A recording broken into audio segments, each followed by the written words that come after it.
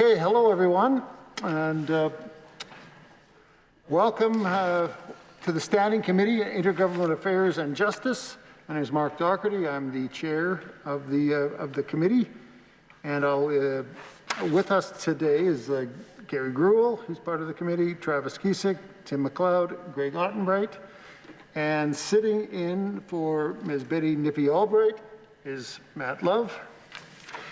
I've got a few things to say just prior to our agenda tonight.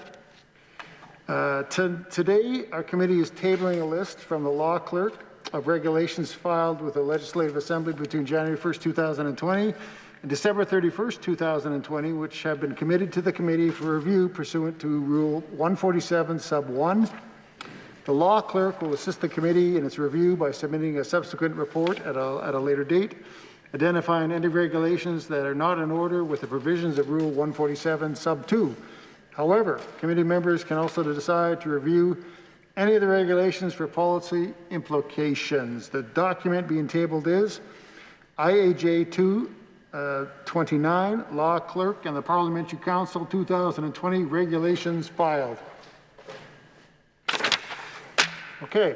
Pursuant to Rule 148, Sub 1, the following estimates and supplementary estimates were committed to the Standing Committee on Intergovernmental Affairs and Justice on April 12, 2021 and April 6, 2021, respectively. 2021-2022 estimates. Vote 73, Corrections, Policing and Public Safety. Vote 30, Government Relations. Vote 91, Integrated Justice Services. Vote 3, Justice and Attorney General. Vote 27, Parks, Culture and Sport. Vote 88, Tourism Saskatchewan. And for the 2020-2021 supplementary estimates number 2, vote 73, Corrections, Policing and Public Safety. Vote 3, Justice and Attorney General. Because we're still implementing measures to facilitate safety in the context of the COVID-19 pandemic, I'd ask the officials to please speak at the microphone podium to answer any questions. Please introduce yourself before you speak. That's you. For the first time, to identify yourself for the official record. And as a reminder to members and officials, please don't touch the microphones. They're fragile and sensitive. The handset operator will turn your microphone on when you're speaking to the committee. If ministers need to confer privately during proceedings, they may do so in the hallway or the vestibule at the front of the chamber. Cleaning supplies are located at the tables by the side doors for members and officials to use if they require them. So today, we will be considering the estimates for Park, Culture and Sport. We're going to be here until 9 o'clock, or possibly earlier, but 9 o'clock, 3 hours.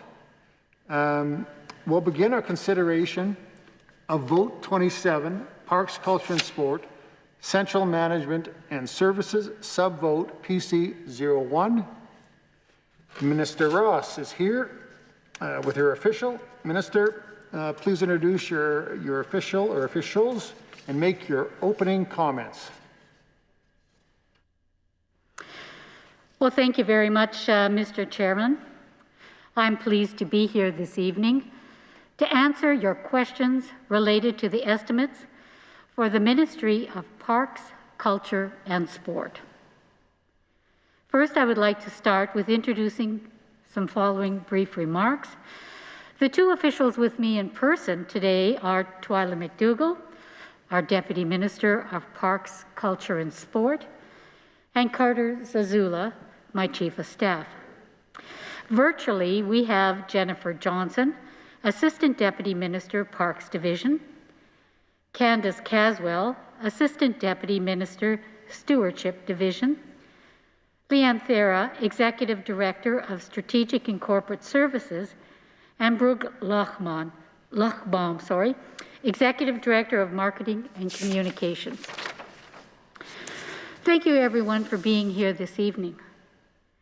This government's direction and budget for 2021-22 is focused on protecting Saskatchewan people through the rest of the pandemic as more residents are vaccinated and life begins to return to normal. As we emerge from the pandemic, This budget will build and grow Saskatchewan by helping to ensure a strong economic recovery. The Ministry of Park, Culture and Sport continues to offer a high quality of life for residents of Saskatchewan. And I am happy to report the priority placed on our provincial parks and sport and culture, recreation and heritage sector in our province in this provincial budget. While the pandemic continues to bring challenges to the good work we do, we are now in a situation where we can pivot and ensure that Saskatchewan residents have access to our much-loved destinations. The Ministry of Parks, Culture and Sports is and would continue to be a vital part of the recovery efforts of our province. Spending time outdoors is important for our health and mental well-being, particularly during these times. There are no better places than our provincial parks. As we have navigated these last 2 weeks of a very busy and successful reservation launch, we know campers are eager to begin camping this season. Throughout this past winter, Saskatchewan provincial parks offered safe escapes where families could connect once again. We promoted parks that offered 4-season accommodations to safely explore, and the uptake was unparalleled. Saskatchewan residents booked winter vacations in Duck Mountain, Moose Mountain, and Cypress Hills provincial parks. We also offered experiences such as the reoccurring skating trail at Echo Valley Provincial Park, an experience that is unlike any other in the province. This year, the expanded trails allowed folks a serene skate through the Aspen campgrounds with ample opportunity to physically distance, get some exercise, and enjoy the outdoors. New this year, we built a snow maze in Duck Mountain Provincial Park. This experience was hand-built by the staff at Duck Mountain and offered visitors another safe, family-friendly activity in the park. The parks offering unique experiences were strategically placed around the province, so Saskatchewan residents could find something safe and new to experience without having to travel too far. Aside from safe planned activities, our parks were available spaces for self-use and offered trails for snowshoeing, cross-country skiing, and hiking, as well as snowmobiling. During a time when out-of-province travel was not recommended, our parks offered just what Saskatchewan residents needed, as people sought ways to enjoy something safe for their mental and physical wellness. With extra signage in place, enhanced cleaning and sanitation protocols, and vast spaces for our visitors, our parks will offer safe destinations to be enjoyed by many. Visitation and satisfaction remain strong in our beautiful provincial parks. We look forward to welcoming existing and new users to our parks this year.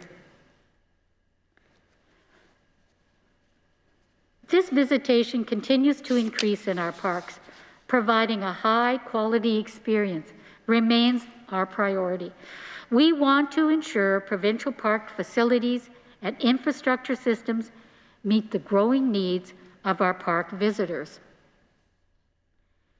The Ministry's capital program aligns with government's plan to invest in services, programs, and infrastructure that Saskatchewan people value today and into the future. In 2021-22, this government will provide the largest capital budget in provincial parks history and invest around $18 million for capital projects and preventative maintenance in the provincial park system. And these include new group pavilions for Pike Lake, Blackstrap, Echo Valley, and Buffalo Pound Provincial Park that will greatly enhance day use areas by providing sheltered spaces for groups or park visitors to gather once it is safe to do so again. The development of a new service campgrounds at Cypress Hill Interprovincial Park that will include more than 65 service campsites. New campground service centers for Saskatchewan Landing and the Battlefords Provincial Parks. Interior and exterior refurbishing at the historic Holy Trinity Church at Lac La Ronge Provincial Park, ensuring this site is preserved for future generations, as well as a new boat launch developed for the park near Stanley Mission. A new visitor reception center in Saskatchewan Landing, and a visitor center for Buffalo Pound, and day-use area enhancements, accessibility improvements, water and wastewater system upgrades at several parks.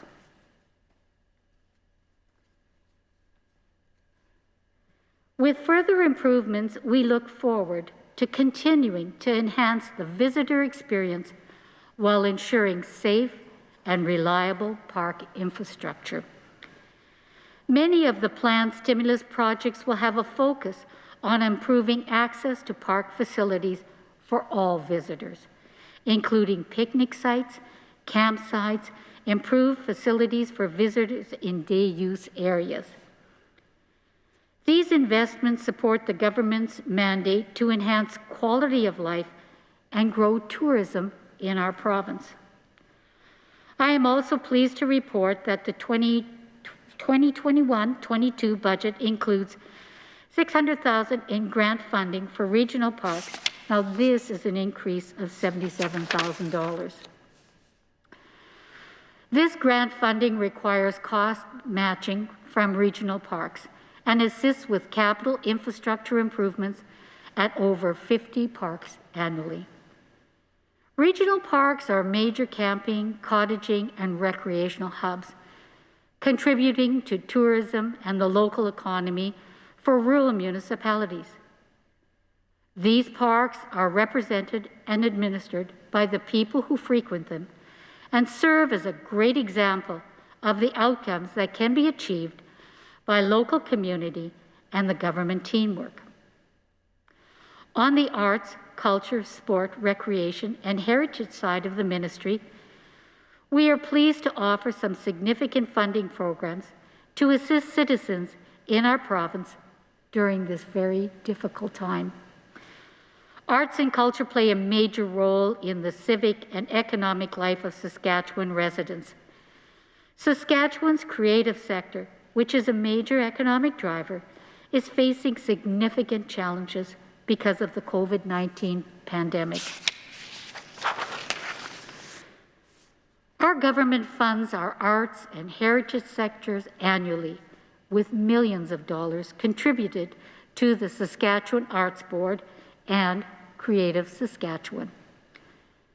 The Government of Saskatchewan is committed to supporting Saskatchewan artists and cultural workers through this difficult time, which is why we have provided the sector with support through the Saskatchewan Small Business Emergency Payment, Strong Recovery Adaptation Rebate, and the Saskatchewan Tourism Sector Support Program. My office proactively reached out to the Federal Minister of Heritage, Stephen Guilbeault, in the lead-up to the federal budget, and the ministry officials are setting up a meeting between Saskatchewan stakeholders and their officials. Now, this meeting will help officials direct stakeholders to relevant provincial and federal supports. We are also working to support Wanuskewin Heritage Park through COVID-19 and continue to support the organization's effort to secure a World Heritage designation. We have supported Wanuskewin in the World Heritage designation process with several actions, including $900,000 of operational funding annually, over $10 million since 2008-2009, undertaken legislative changes, protection of Crown land, supplementary funding, and hiring an additional UNESCO World Heritage staff. Wanuskewin continues to work with parks, culture, and sport officials to find areas for further collaboration and in-kind support. The Francophonie Affairs branch will continue to be a liaison between the provincial government and the province's Francophone population.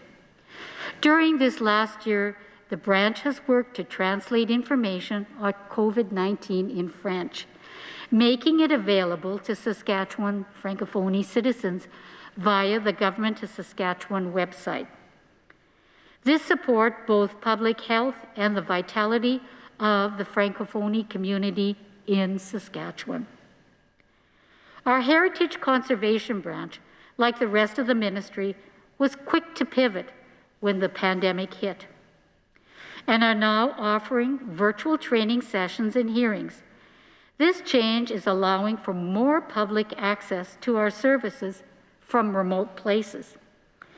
In February and March, this team offered a series of Lunch and Learn entitled Adaptive Reuse. And like I said, I had the opportunity to also participate in one of these. The ingredients for successfully redeveloping historic buildings. Giving historic buildings new life can be a profitable investment for developers and deliver many benefits to communities. The webinars aim to provide insights and advice for navigating the financial, the regulatory, and technical requirements for the successful redevelopment of historic buildings. These sessions were well attended, including more participation from remote and rural attendees.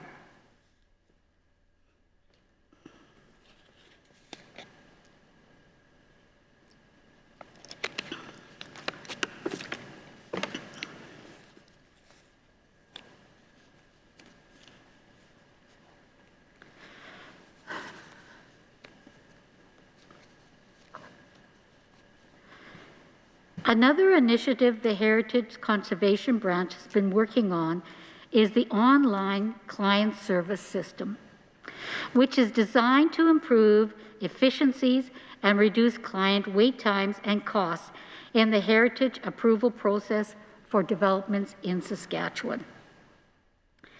This digital transformation's aim is to automate and streamline the heritage regulation process, with enhanced capabilities for the governance of heritage data. Currently, the team is working to create a comprehensive high-level project plan for identifying the optimal digital transformation path forward. I look forward to sharing more details in the future. The Royal Saskatchewan Museum was starting to see record-breaking visitation when the pandemic hit more than a year ago.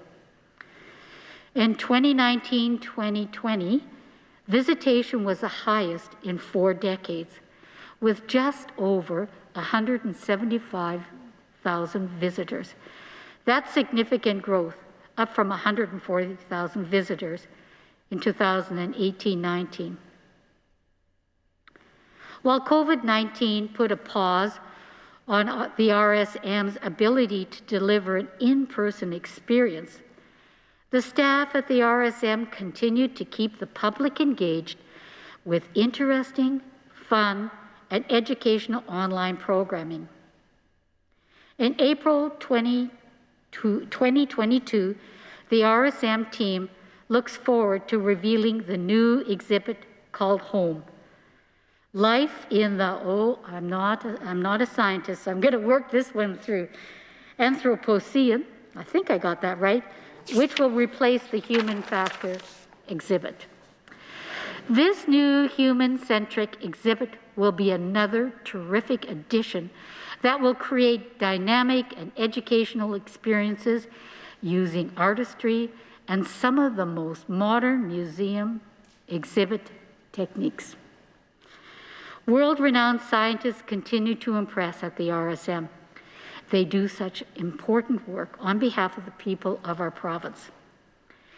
As for the original home of Scotty, the T-Rex Discovery Centre in East End, our staff are monitoring the environment and hope to open during the May long weekend this year, after being closed during the 2020 season. With the shift towards online programming, I would also like to recognize the work done by the Western Development Museum across this province throughout this pandemic. These museums spend considerable time and resources transitioning to online services with offerings like summer day camps, Christmas activities, interactive school programs for kindergarten to grade 12, public programming for group crafting, storytelling, and cooking, and a video series showcasing the museum's exhibits. The Western Development Museum also integrated an online gift shop to be added to their website, which provided a focus on unique Saskatchewan products and museum-branded merchandise. For their work, the WDM was recognized as a recipient of the 2020 Governor-General's History Award for Excellence in Museum, History Alive, for the exhibit on the Saskatchewan Doukhobor Living Book Project. The museums will continue to provide quality virtual offering to the people of Saskatchewan and advance the collective knowledge of the culture, heritage sector of our province.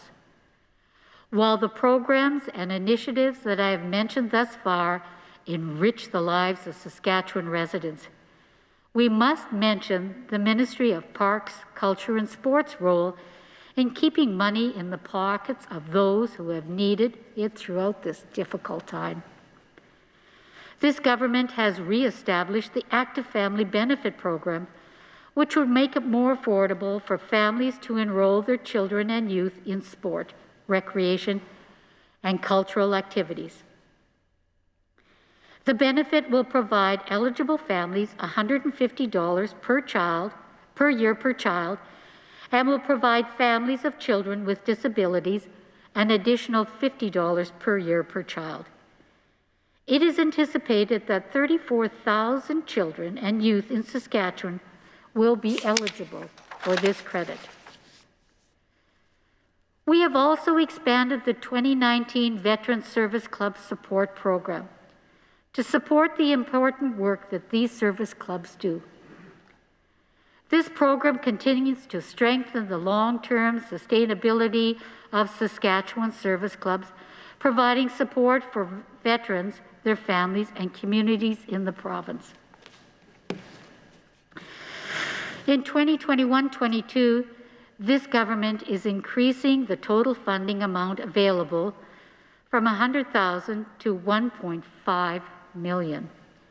This increase gives eligible clubs access to support for infrastructure upgrades, programs, events, activities, and COVID-19 related updates.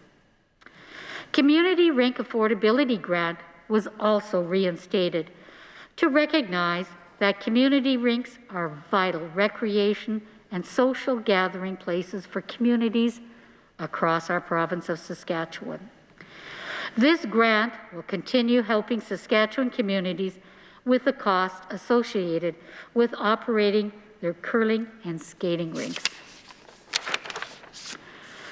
The program provides $2,500 per ice surface to eligible recipients, with total allocation of $1.7 million provincially. Funds can be directed towards rink operating costs, COVID-19 related costs, or minor capital improvements.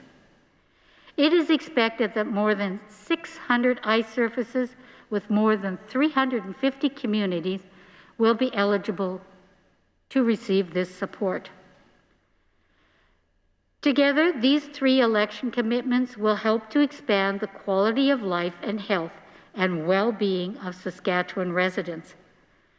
While we navigate these unprecedented times, the Ministry of Parks, Culture and Sport will be vital to the pandemic recovery efforts as we continue to offer programs and services that contribute to high quality of life for Saskatchewan residents. With that, I will turn it over to the chair, and my officials will be happy to answer any questions you may have. Thank you very much. Thank you. Thank you, Minister. The floor is yours, Mr. Love. Thank you, Mr. Chair. Thank you, Minister, for your opening remarks. I think that there was a lot there to agree with.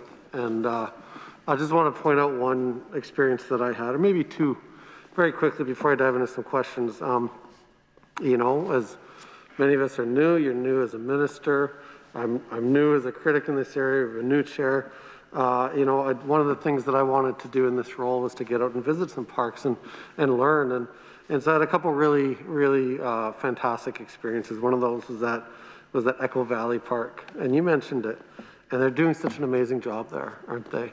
And that new skating program that they have there is why I went. It was phenomenal, and had a chance to meet some of the staff there and learn about what they do and learn about what it takes to start a new venture like that. And you know, one of the things that was really impressive me during that visit was the role of park staff. And here in this assembly, we hear a lot of thanks being given out to folks in different sectors. We thank frontline workers, and we thank teachers, and but I want to make sure that we say thank you to the park staff, because what they provided for this province over the last year, and you pointed this out, Minister, too, is really something that's improved our health and our well-being, our sense of community. It's a place for families to go and get away from the drudgery of COVID life. And sometimes just for a few hours, things can feel kind of normal.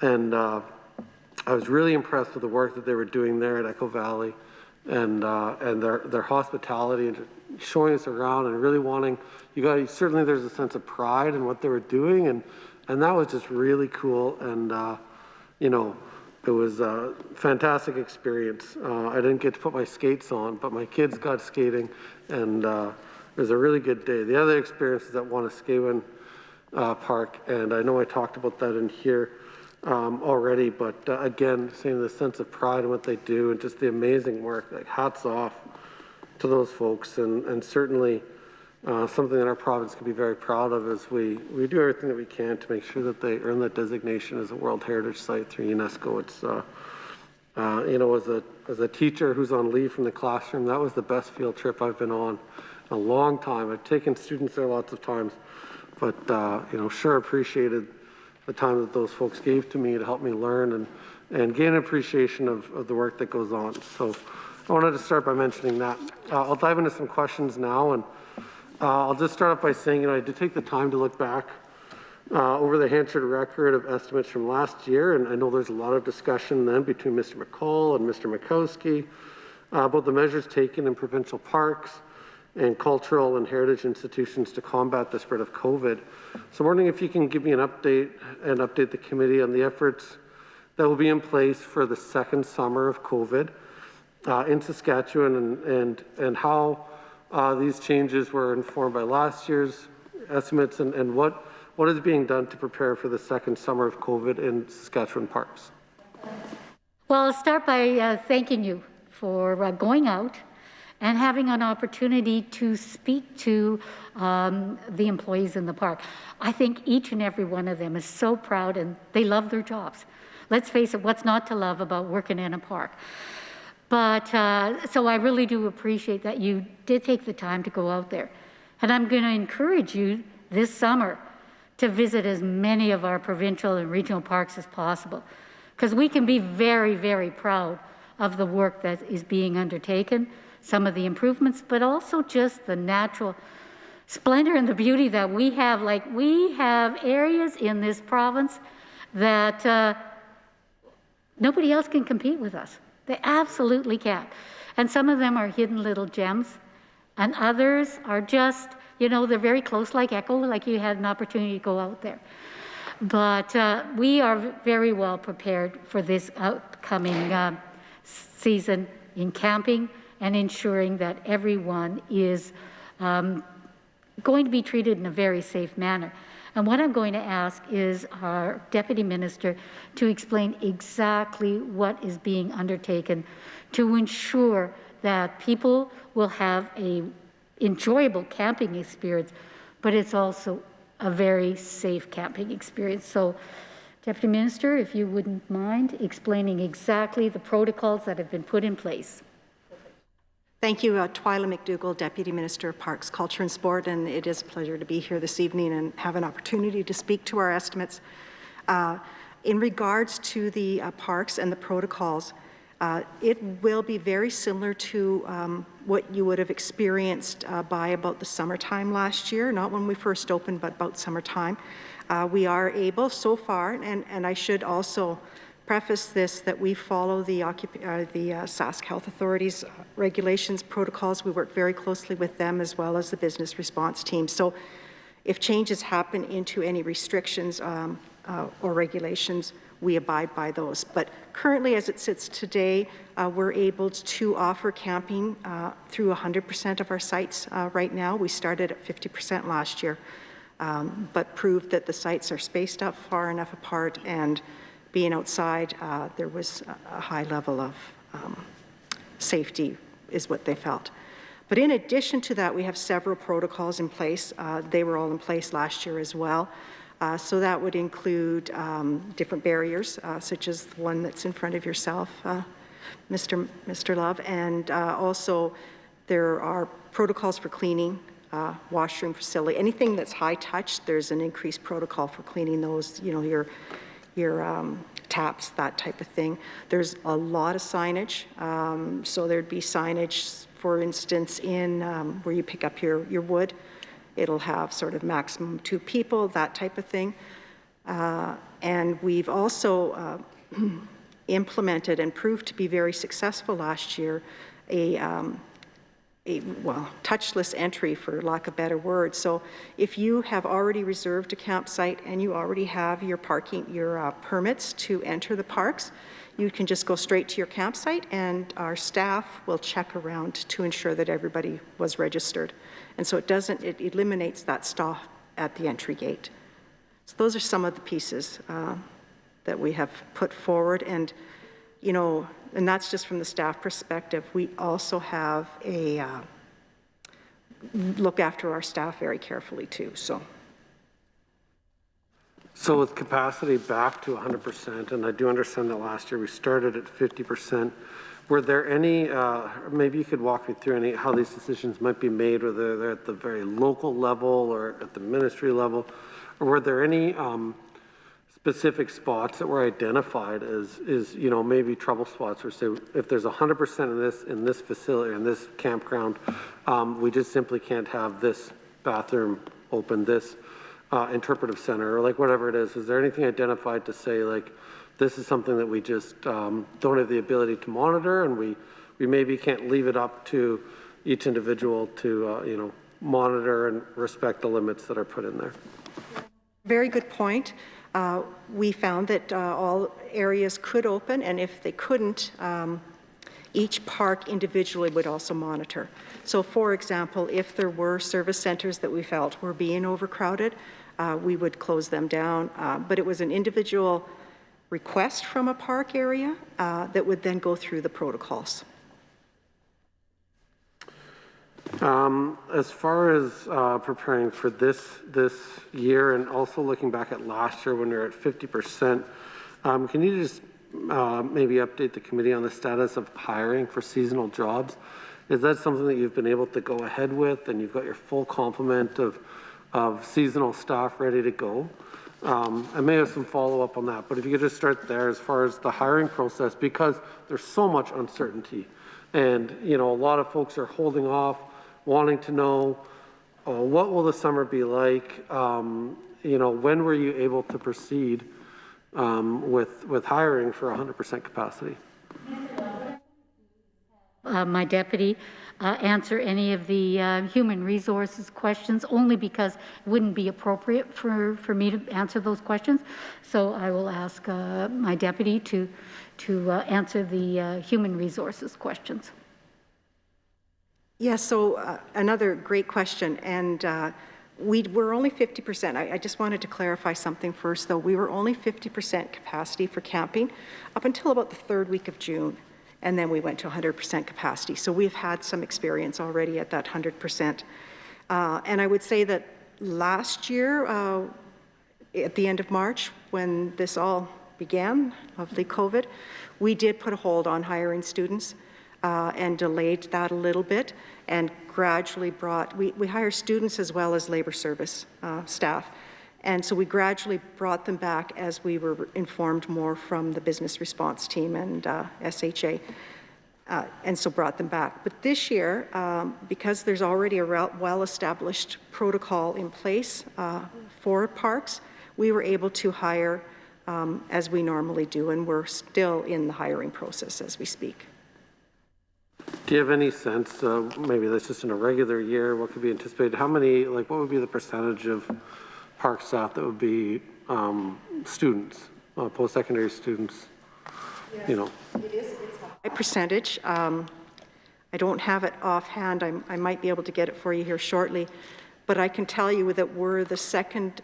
There's one other ministry that hires as many students as we do. We're very much the leader in hiring students. We couldn't do it without them. They're an excellent resource.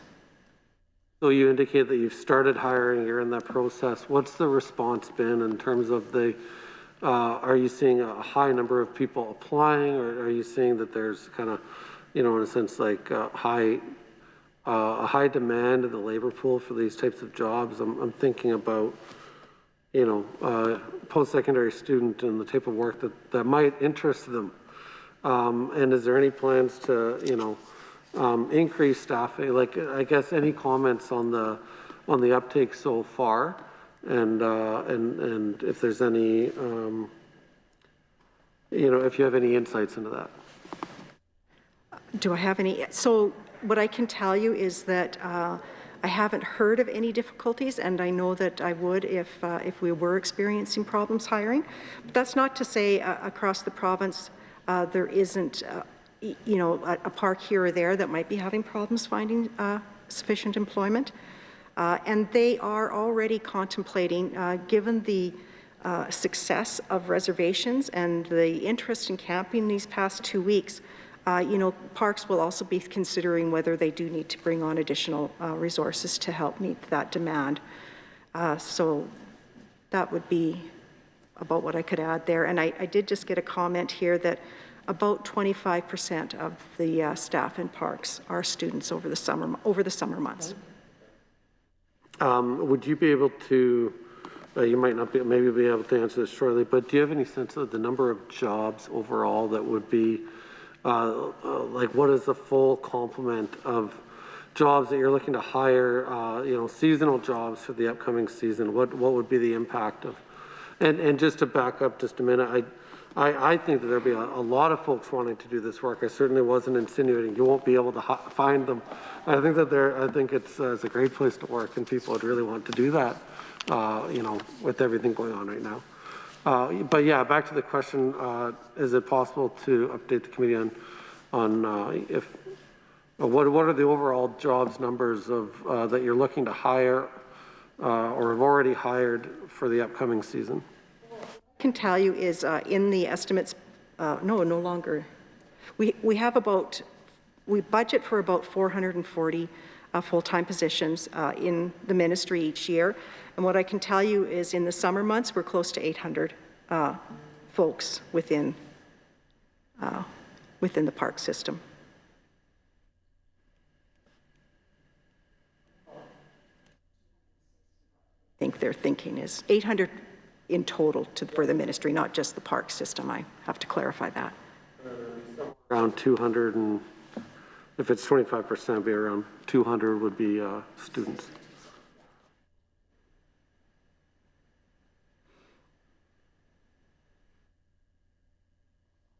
Okay, thanks for that. You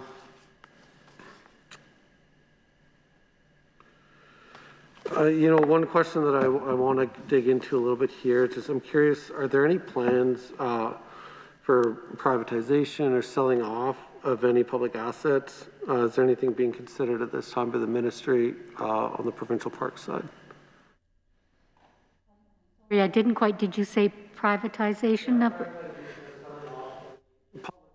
That would be in the public interest, like anything significant. There is no appetite for selling off of or privatizing our provincial parks.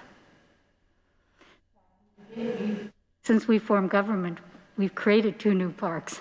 So I think people in Saskatchewan look upon our parks with great pride and joy, and we want them to be accessible to everyone. So no, there is no appetite for that at all.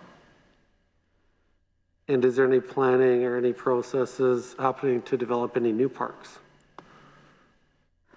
I think, no. When it comes to privatization, I understand, you know, you made several comments about the relationship between the ministry and the regional park system, but if a regional park were looking at privatizing their assets, would the ministry have any involvement in that? Would you be notified? Would there be any reason that you would engage in that process?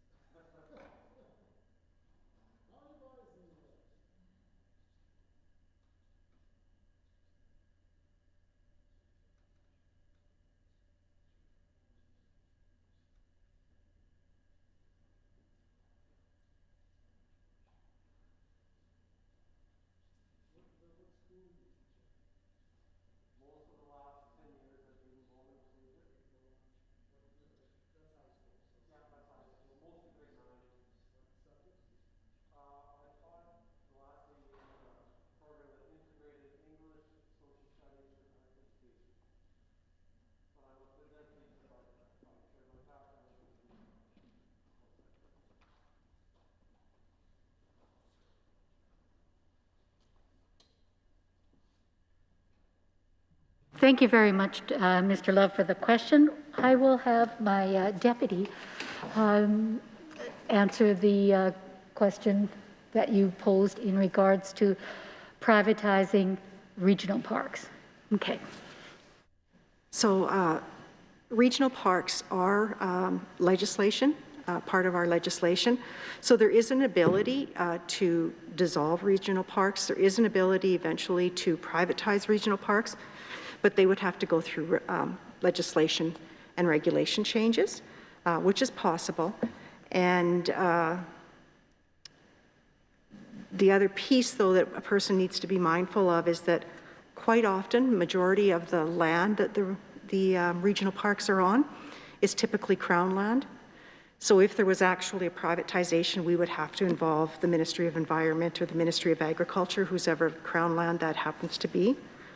So there is a process in place that could happen.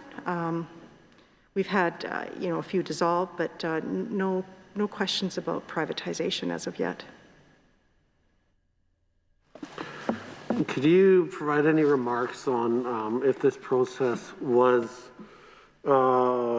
beginning, what type of consultation is required of the public, of the municipalities who invest, provide funding, who provide board members? What type of consultation is required, either for public consultation, public meetings, informing stakeholders, consultation with Indigenous groups? Like, what would be expected there? So what I can tell you is that those regional parks are actually set up and established with a board of municipalities in that area.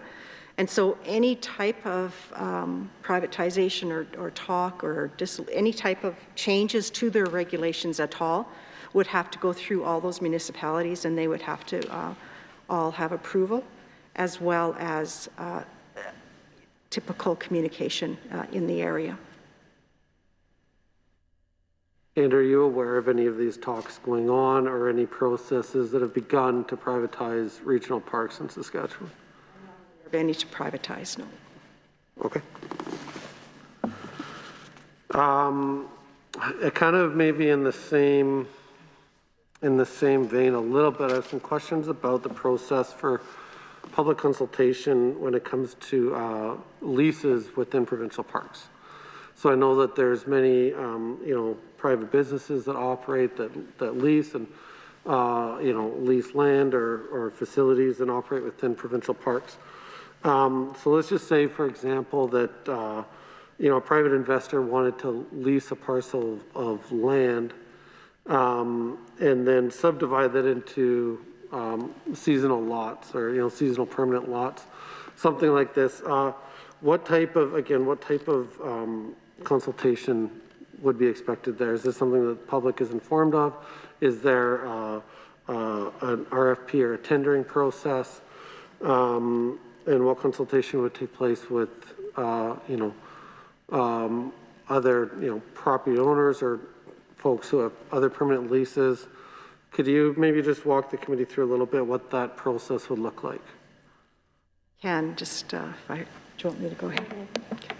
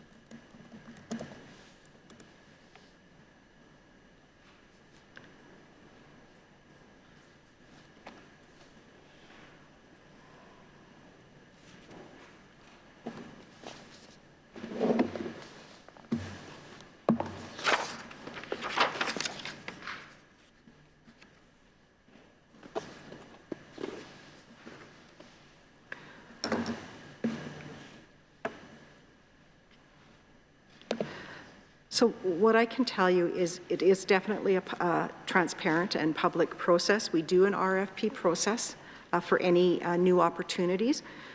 We quite often will have individuals approach us about an idea they have.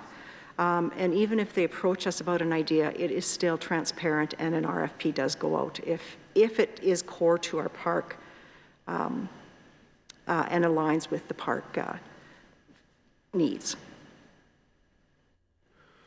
And how does the ministry decide, like, let's say that obviously if somebody has plans to do this, they see that there's great, economic interest in this. They're doing it to make money, to generate income.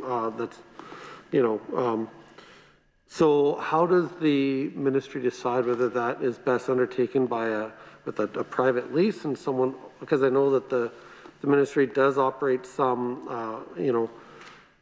seasonal permanent campgrounds where people, lease for the whole summer. They do. I know that we do that in some locations. So with this example, like, how would the ministry decide? Why don't we make the profit if we develop this site? As opposed to turning it over. What is that decision-making process like to get the most investment back for Saskatchewan people? Okay, I can give you some background in that as well. We do have what we call our business development framework that does have guiding principles that we follow and also provides a little bit of a strategic plan as far as what types of leases or businesses would be appropriate in the park. What I can say to you, in fact, is that we focus on the core services of a provincial park. We want to be able to offer an experience for a family at an affordable price. And so that's really where we fall. If it falls outside of that camping and beach and interpretive programming and beyond the core, we will then consider leases. I think so. Could you maybe give me an example of a time or like something that falls outside of that core that's really been a benefit? Like, is there an example you say this is a shining example of when this is done well? We brought in a private company or individual to run a business that's really been a huge benefit to the folks who use the park. The minister actually listed 3 in her opening remarks in regards to our winter activities, where we had many of those 4-season accommodation facilities busier than they ever have been in a winter season. So there's a success story. We also, and then there's many. We have mini golf, we have golf courses, we have seasonal campsites like you suggested or had mentioned, 4-season campgrounds. We have, convenience stores, marinas. Those are some. So I guess just further to the question of like the permanent campsites, like how does you referenced the business, I think of the business development framework. Is that something that you would be able to table for the committee, like that framework, so we can have a look at it and see? Yeah. I would think so, yeah. And will you be able to do that during the meeting today? I might have to get a hold of somebody. Okay. I believe it can be emailed out later. That would be fine too. But I guess just a second, we'll go and make an inquiry for you. Sure. Okay.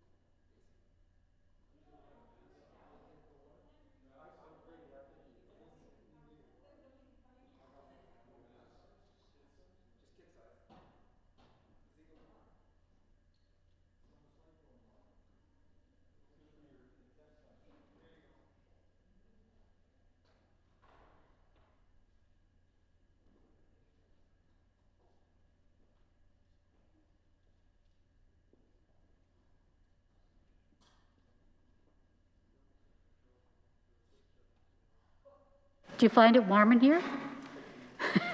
The hallway's cool. We can Yes. walk there. Can we-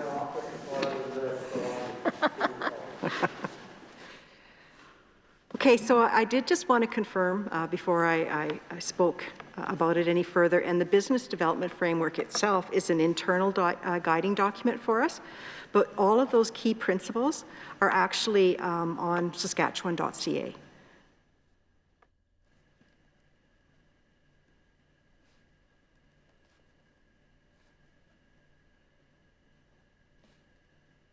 Okay, thank you for that. So just to clarify here, then I'm gonna move on. So you indicate there's lots of different leases that might take place instead of park, but again, with this example of somebody wants to subdivide, they want to have an extended lease on a chunk of land that they're going to develop into permanent seasonal sites, which is something that operates in some parks. How does the ministry decide, you know, say, hey, it's profitable here for us, and it could be profitable there, but we're okay sending that to a private lease? Like, how does, you know, because to me, it certainly would look like if there's precedent, say, hey, this is really profitable for us, we can generate income for the park, but we're going to not do that. Certainly raises questions. So how does the ministry decide when to do that and when to outsource that? I guess I'd first say any long-term seasonal camping, we don't do any of it.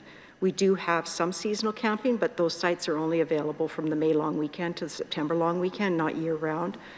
So I would go back to my opening comment, and we really focus on the core. So anything that falls outside of the core, we are comfortable in setting up leases for it.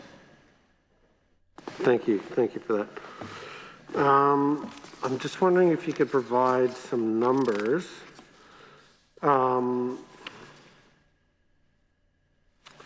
Yeah, I want to go here. If you could provide numbers of the anticipated revenue and park fees, like specifically entrance or gate fees. And I'm curious if those revenues are tracked by in-province visitors versus out-of-province visitors, if you break it down that way. And if you can provide the committee with a breakdown of what's anticipated for this year.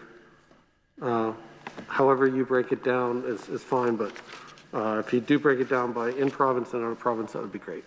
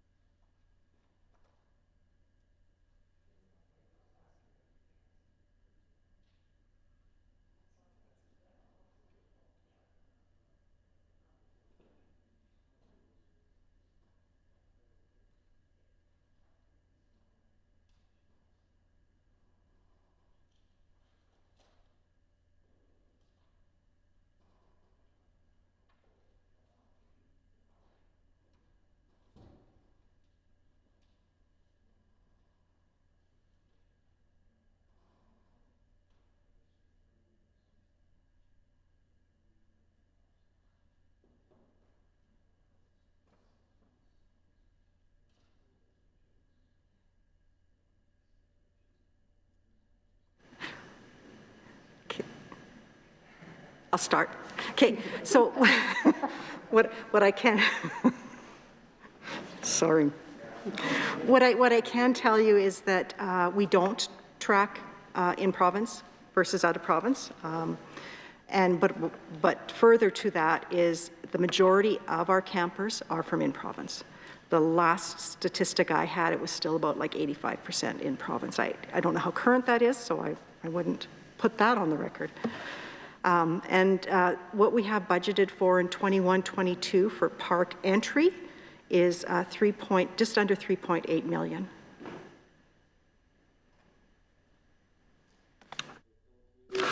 Do you have any sense of how many visitors to our parks are eligible for the free 65-plus park pass each year? Or how many last year? How many were anticipated for this year?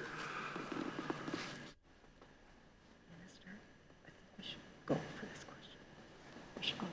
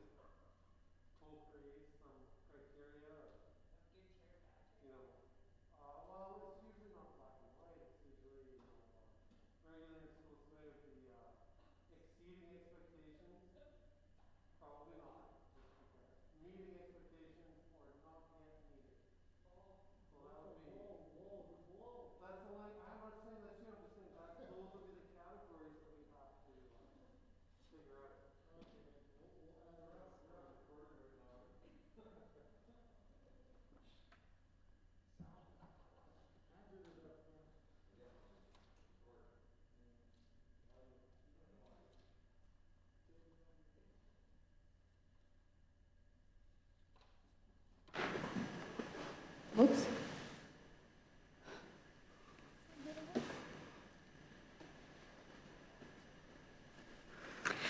Thank you very much for the question in regards to seniors. Last year, about 34,000 passes were given out to seniors. Now that's 65 years and older, but they have to be Saskatchewan residents. And they have to show ID to be, so we card them. So they get to be carded again when, in order to obtain the pass, because otherwise there would be abuse.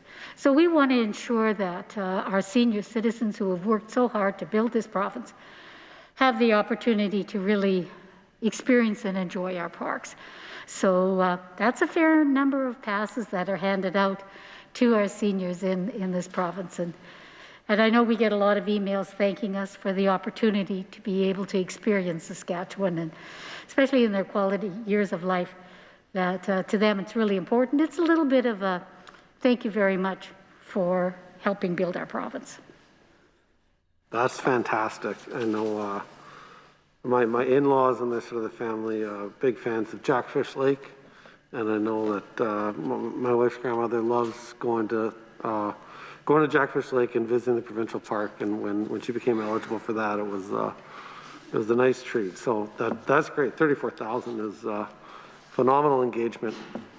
One area that I have some further questions on is I understand that there is a new company, a new system has been contracted to run the online booking for provincial parks camping. So I'm just wondering if you can provide the committee an update on where this company is located. I believe it's called Aspira. Where is the company located? How much do we pay them? What is budgeted this year to pay them for their service? If you have any sense of how many folks they employ, or what we contract them to do to provide this service for the province. And also, if you can tell me, how long would this contract be for? Like how many years have we contracted them to do the online booking?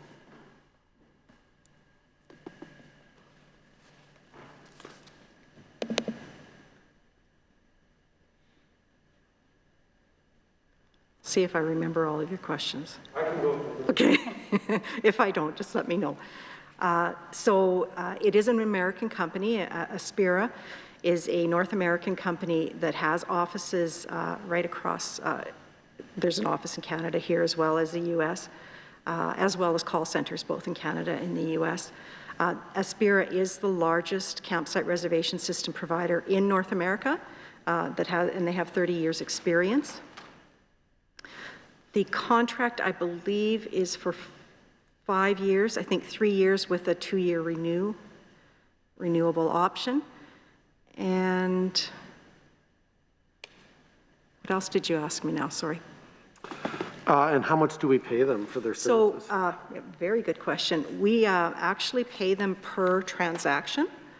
So it is, and we send that, we don't make any money off of it, but we send that expense onto the customer. So when you do book your campsite, you're charged a transaction fee, and that covers the cost for that service.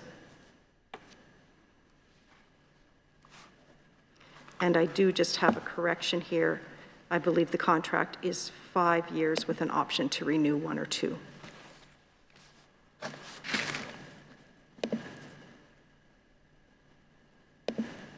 Okay, thank you for the correction.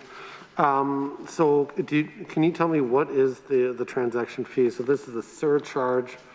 I believe a campsite is $33 a night, and that was an increase of $1.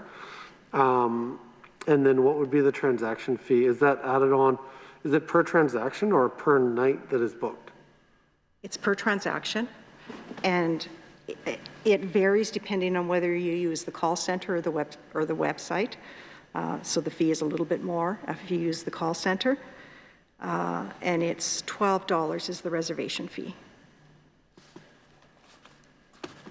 And the $12, is that for online or calling in? I think that's the website. The website, okay.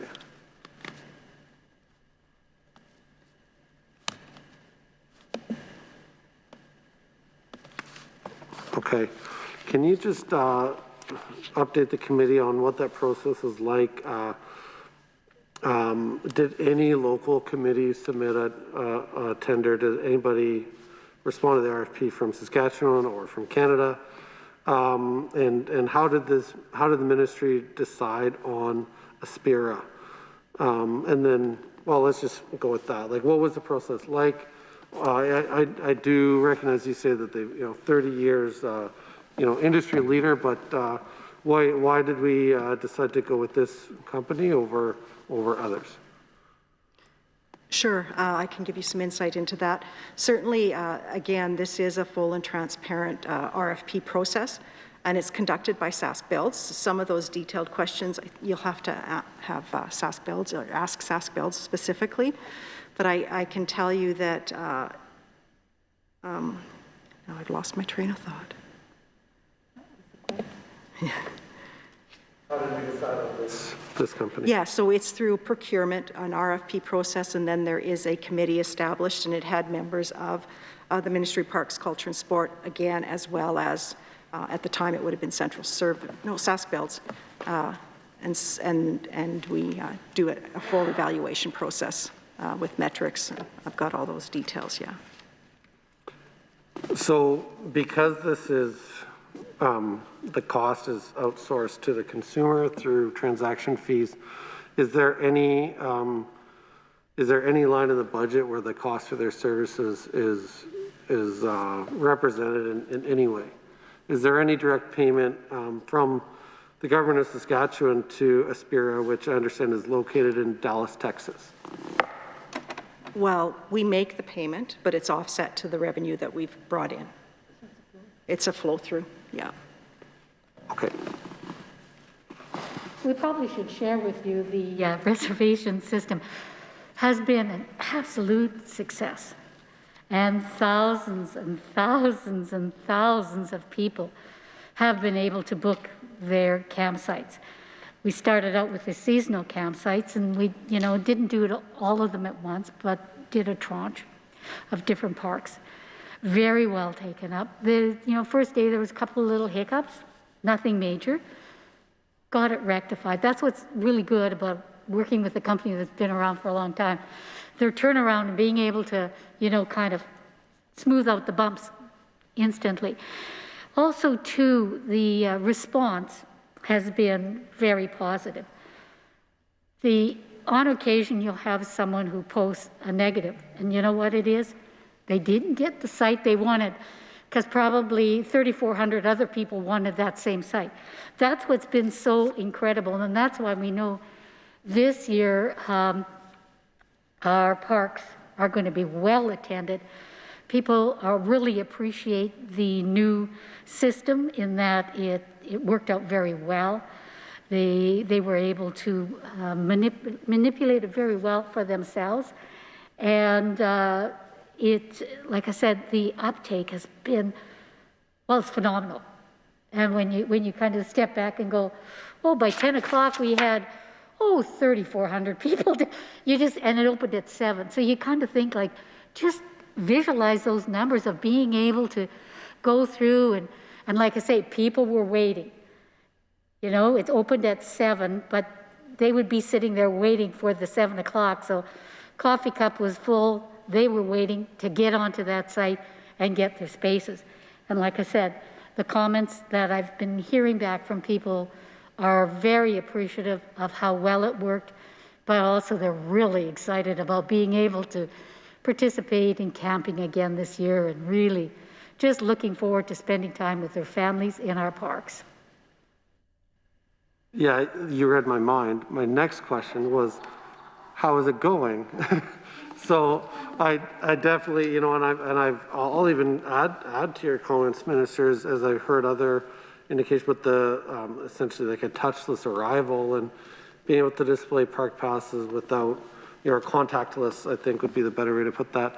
Yeah, so there's definitely a lot of things here to consider. This is by no means, but unfortunately the way things go in here, there's often much to be made of who hired a campaign manager from outside the province, and that's due to experience and due to qualities, qualifications that they have. And I just got to say, there's a lot of things that go into making decisions, aren't there? And like I said, the response we have had, people are very appreciative of the new website. Like I said, you may hear a few grumblings because there is some changes, and not everybody likes change, let's be honest. But, and then also from someone who maybe didn't get their absolutely favorite camping space.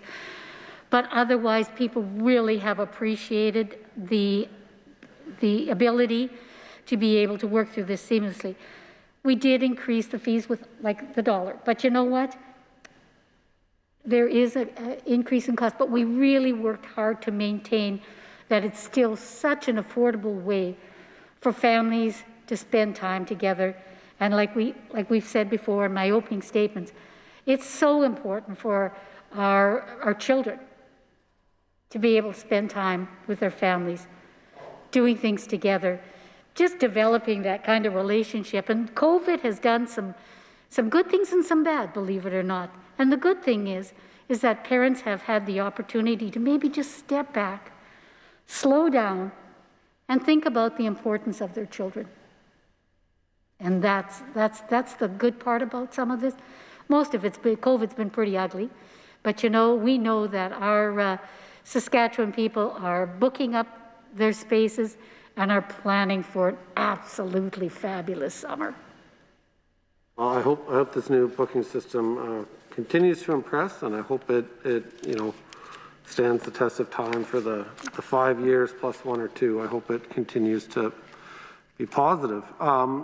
I'm curious though, did this result in any savings for the ministry? Like, and forgive my ignorance of how things may have been done in the past, but was the booking fee always a surcharge at the end, and has that surcharge increased or decreased with this new provider? So again, there's no savings because it is a flow through, and it was with our previous provider, a flow through as well. And I believe this is it is a fee for service. So yeah, there were no savings. What I can tell you is that maybe it's provided us, or not maybe, it has provided us some new efficiencies, and it's also provided us some new features for the campers. We didn't implement too many of them this year. We wanted to, a change is significant when it comes to technology, but there are other opportunities there for us to offer more to our citizens as we go down the road. So kind of some value-added items there for the amount. Okay. I'm going to move on to more culture side of things. I've got some questions as it relates to Sask Arts, Creative Saskatchewan, and so on. So, my first question is, when I look at the numbers included, actually, let me just start with this. I understand that the purpose of Creative Saskatchewan, that this body was created to somewhat kind of commercialize the creative economy in Saskatchewan, to recognize the role that artists, performers, play in the creative economy. So my question right now is, the numbers included in this year's estimates from the outside looking in seem to indicate that there's no funding or structures in place to support Saskatchewan artists through to a time when performing for crowds will be possible. And I'm open to correction here, but it appears though like the funding is kind of flatlined from previous years, despite the fact that we have a number of new hurdles in the way for folks who gain employment through the creative economy. So I'm wondering if you can elaborate on any work being done by the ministry to support those in Saskatchewan whose income is dependent on a thriving creative economy. In other words, what is the ministry plan for a COVID recovery in the arts? Well, I can answer. Thank you. I can answer the beginning part in that we did have a really fulsome discussion with the federal minister responsible for culture and heritage. And had the opportunity to talk to him about what programs we could use to augment here in Saskatchewan our creative industry. And he said one of the things, and this was a discussion we had before the federal budget came down, okay?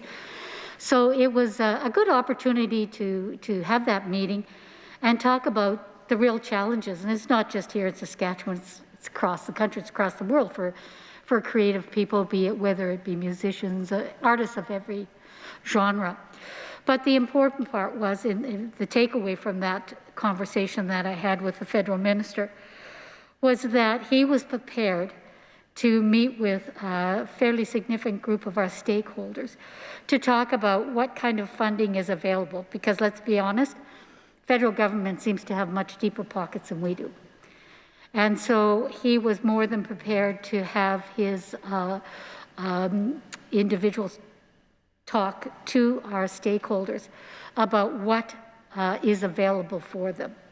So that was, I thought that was a very probably positive way of us being able to kind of access additional funding for our artists in the province.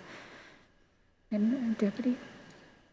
I guess I could add a little bit here for you is, and the minister also did relay this in her speaking notes, but certainly the province also has some supports in place, both the Saskatchewan Small Business Emergency Payment and Strong Recovery Adaptation Rebate.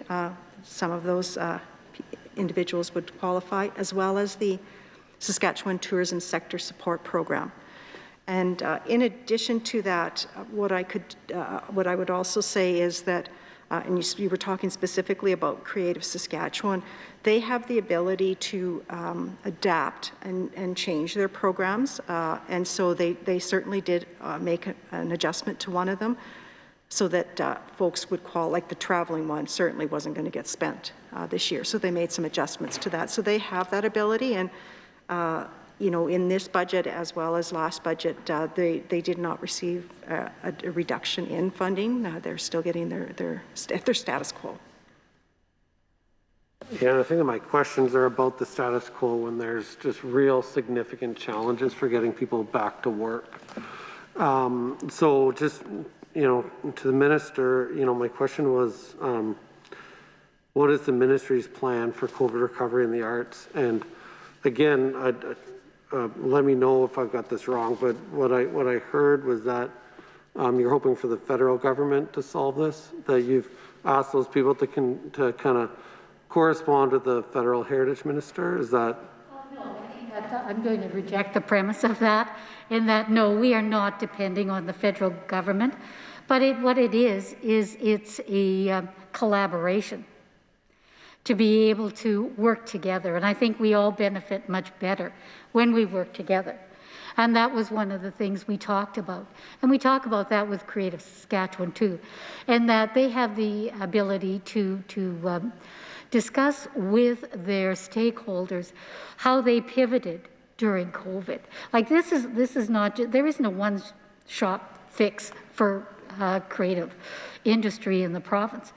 Because of the wide variety of the genre, whether it be a festival, whether it be an individual musician, whether it be whichever, it's very difficult because it isn't, like I said, a one-size-fits-all. I've had the opportunity to talk to so many stakeholders within the artistic community. You know, we've got our two symphonies, Regina Symphony and the Saskatoon Symphony, and those are really important aspects to the quality of life within our community, and we really value that.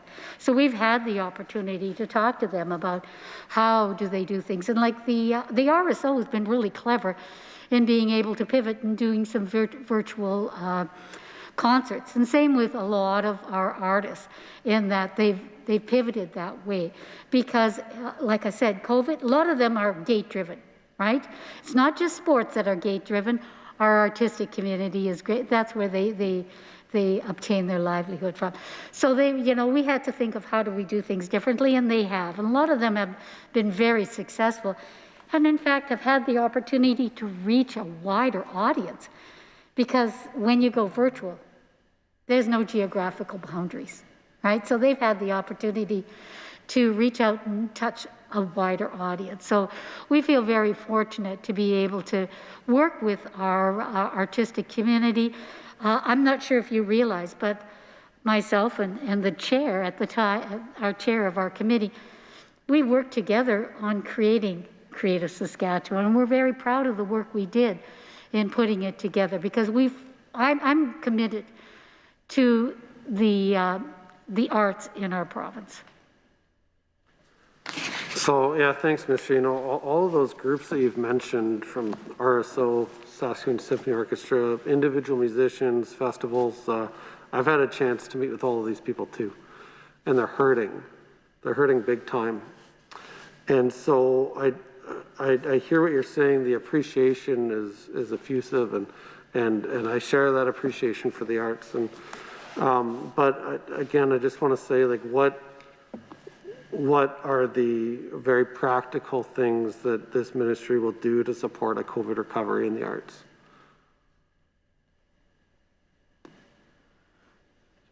Go ahead.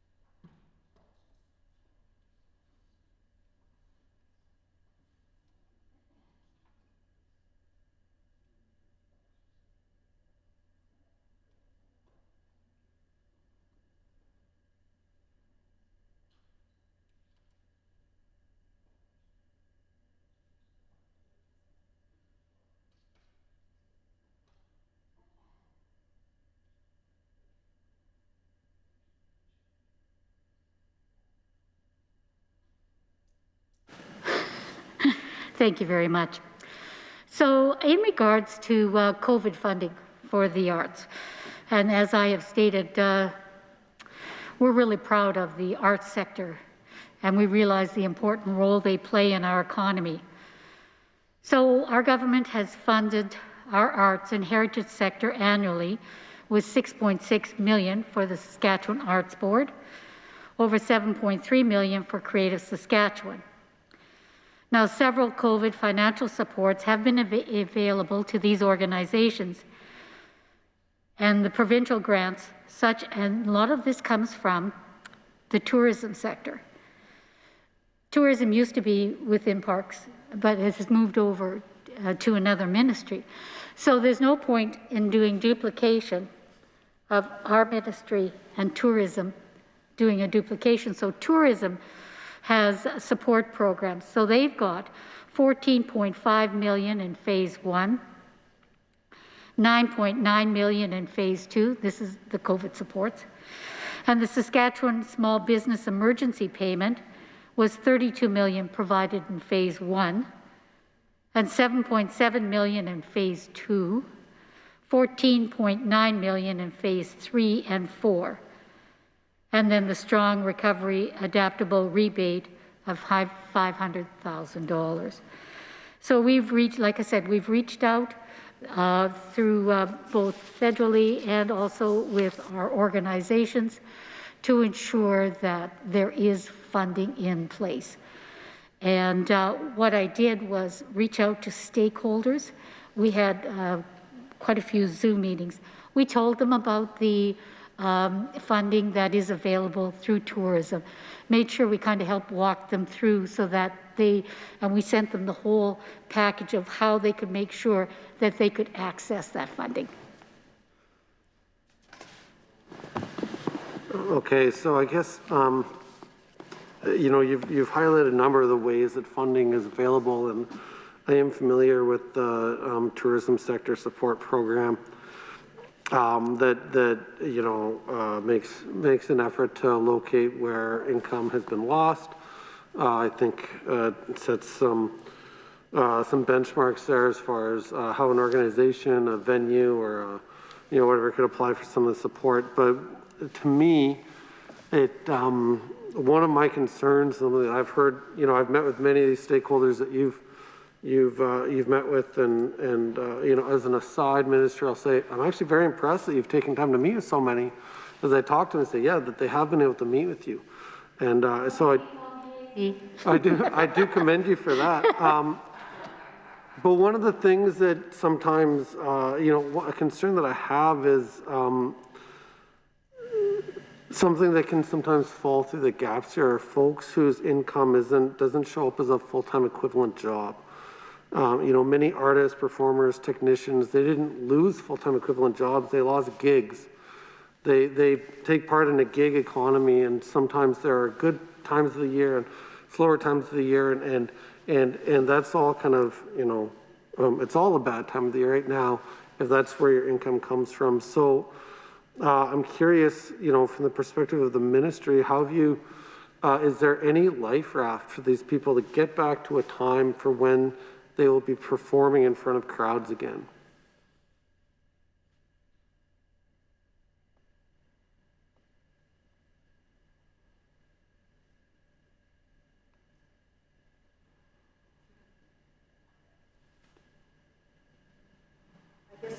What I could tell you is another piece is we don't want to duplicate any of the federal funding as well. So it's important for us, again, to collaborate with the federal government to see what they have to offer. And they have provided support to some of those artists you've just spoken to. And really, we continue to work. I guess at the end of the day, the bottom line is we continue to work with these stakeholders and manage through this process. Okay, I'd like to read a quote. This is published February 9th, 2021, in the Regina Leader Post. This comes from the Executive Director and Music Director of the Regina Symphony Orchestra, and they state, quote, "Our industry creates thousands of quality careers. Sask Arts hasn't seen a budget increase in over a decade, but costs have risen. The situation is dire, and full recovery will take years. It is time for material emergency assistance and permanent funding increases. It's time for appreciation and clarity regarding our industry's significant financial and employment impact, and certainly time for recognition of the vital role the arts play in the well-being of our communities. I'm wondering if the minister has a response to this and what the minister is doing to address the concerns raised in this quote.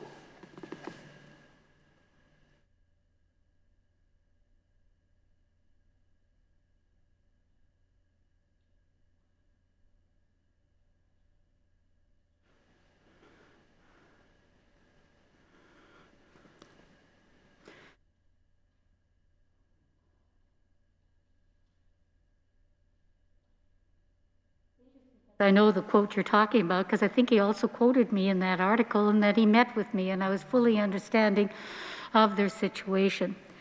The Regina Symphony is a well-known and respected organization and is very highly valued within the community. And it is tough. Absolutely, it's tough.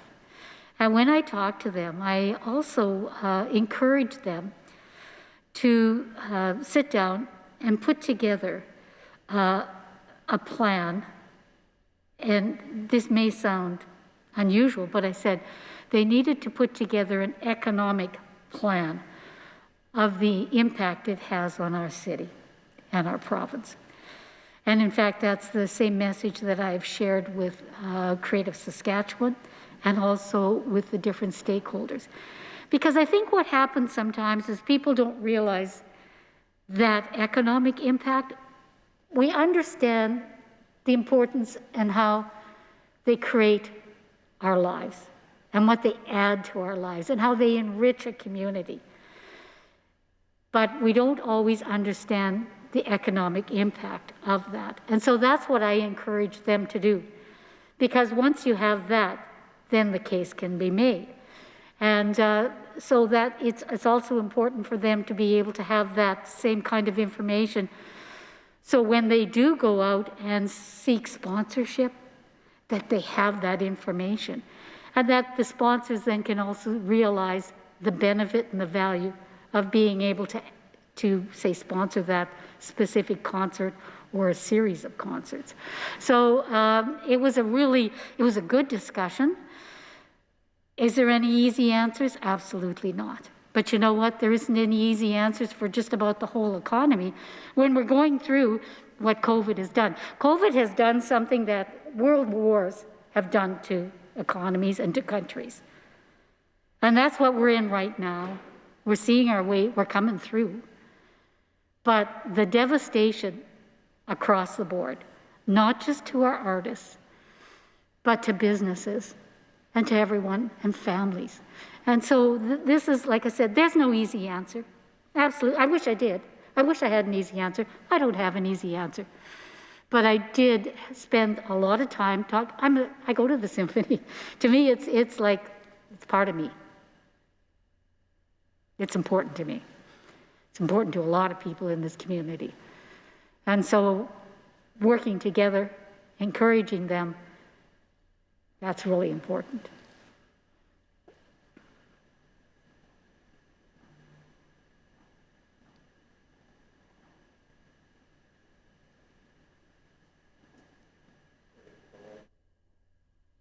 There we go.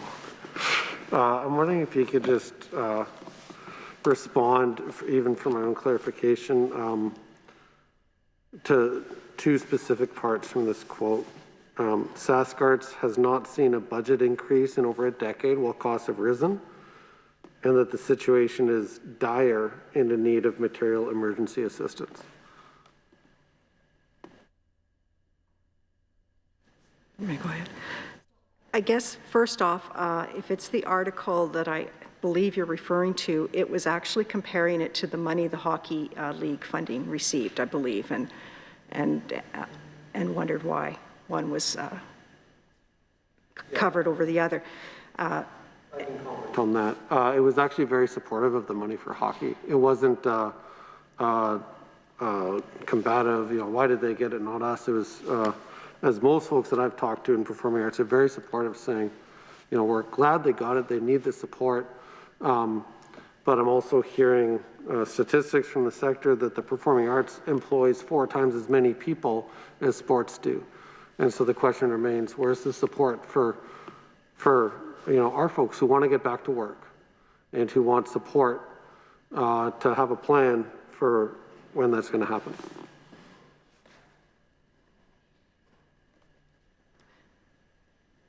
So I guess we do every year reach out to our stakeholders, Creative Sask Arts Board, about their budget and their requirements and their new initiatives and that type of thing.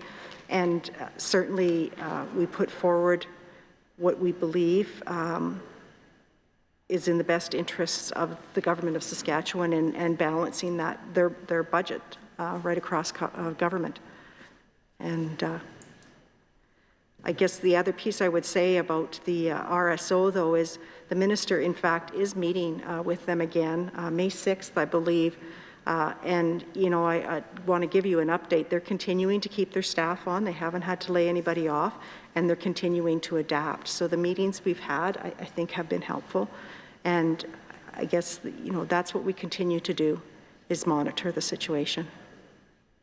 Yeah, by no means am I questioning your willingness to meet and listen and work with. The reports coming my way are very positive in that regard. But, and I use this quote because on my end, I thought it really captured what I'm hearing across the sector. Not because the RSO, I've had no contact with them about this quote, but I just really thought it captured what I'm hearing, and that's why I chose to bring it forward tonight. Another group that I think, or several groups that in the sector are struggling and in need of, so whether that's support or cooperation or whatever it is the summer festivals. And so my next question is about Saskatchewan Outdoor Summer Festivals. As they've begun, we've seen announcements of cancellations again for the second summer. And so I'm just wondering if there's anything in this budget to provide gap funding to ensure that those festivals are able to return to emerge from what will be multi-year layoffs to host events maybe in 2022 or 2023.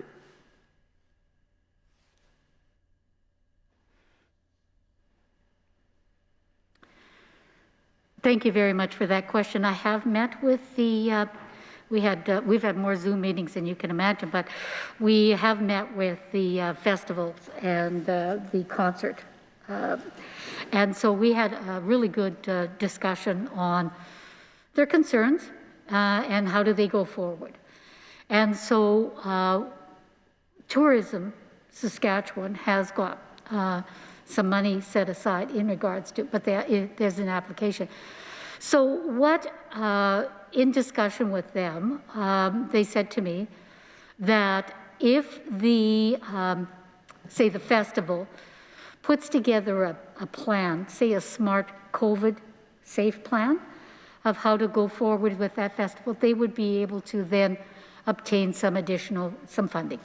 So we ensured, as soon as I had that from Minister Harrison's office, we then made sure that we sent out that information to those individuals and those groups to ensure that they then could put their application in and look at obtaining some additional funding of how to put on a COVID-safe festival. So we've been, I think, pretty proactive in that. They were very thankful that, because I brought that up with Minister Harrison and said, need a little help here, how do we do this? And he said, well, if they go through, these kind of steps, make that kind of application, then we would be able to work with them. So I think that, and let's face it, I think we all want to go to a concert. We've all been stuck in our houses way too long. And it's time we got to go out, enjoy some music, do some dancing, and really get to enjoy what Saskatchewan has to offer. So got our fingers crossed, and we know that as we work our way through with more people obtaining vaccines, we will come through this, and we will love going to our festival. Somebody said to me, I think people will be afraid, and I said, are you kidding me? They're going to be out there, and they're going to be having a good time celebrating what we have to offer here in this province. Yeah, I think you're right. Like, that sounds great. I'm looking forward to it. Again, my more immediate concern is that we want to make sure that our artists and performers are here and ready to perform for crowds again when it's safe to do so. And you know, as it turns out, due to the limited number of members on our side, I'm also the critic for tourism, so I can follow that up when I'm in estimates with. Oh yeah, I got practice last week with Minister Hinley, so I wear a number of hats on this side. The festivals are covered by that tourism package, so. Yeah, I'll be sure to ask about that. Thanks. Please Thanks do. for that. I'm wondering if you could give the committee an update on, in the budget, what amount of funds are included to support the Regina Soundstage, and if you could give a breakdown of how those funds are allocated, like what that budget looks like in terms of like HR, facilities, maintenance, however it's broken down. And I'm also just curious, what's the usage been like at the Soundstage? Is it, obviously COVID's had a big impact on it, various productions that would have been taking place there. Just open to comments on the budget breakdown for the Soundstage and what the last year has been like.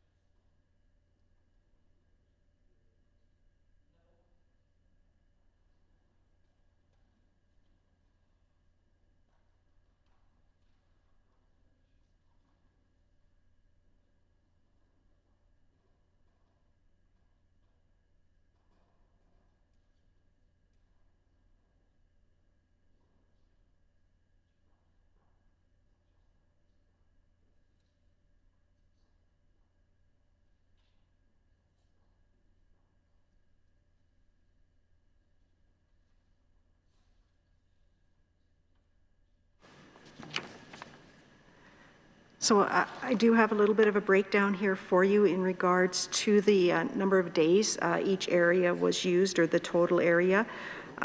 In total, the number of rental days was 193, and that would be for various like sounds. There's 3 stages in there, and there's production rooms, and so that would include any of that.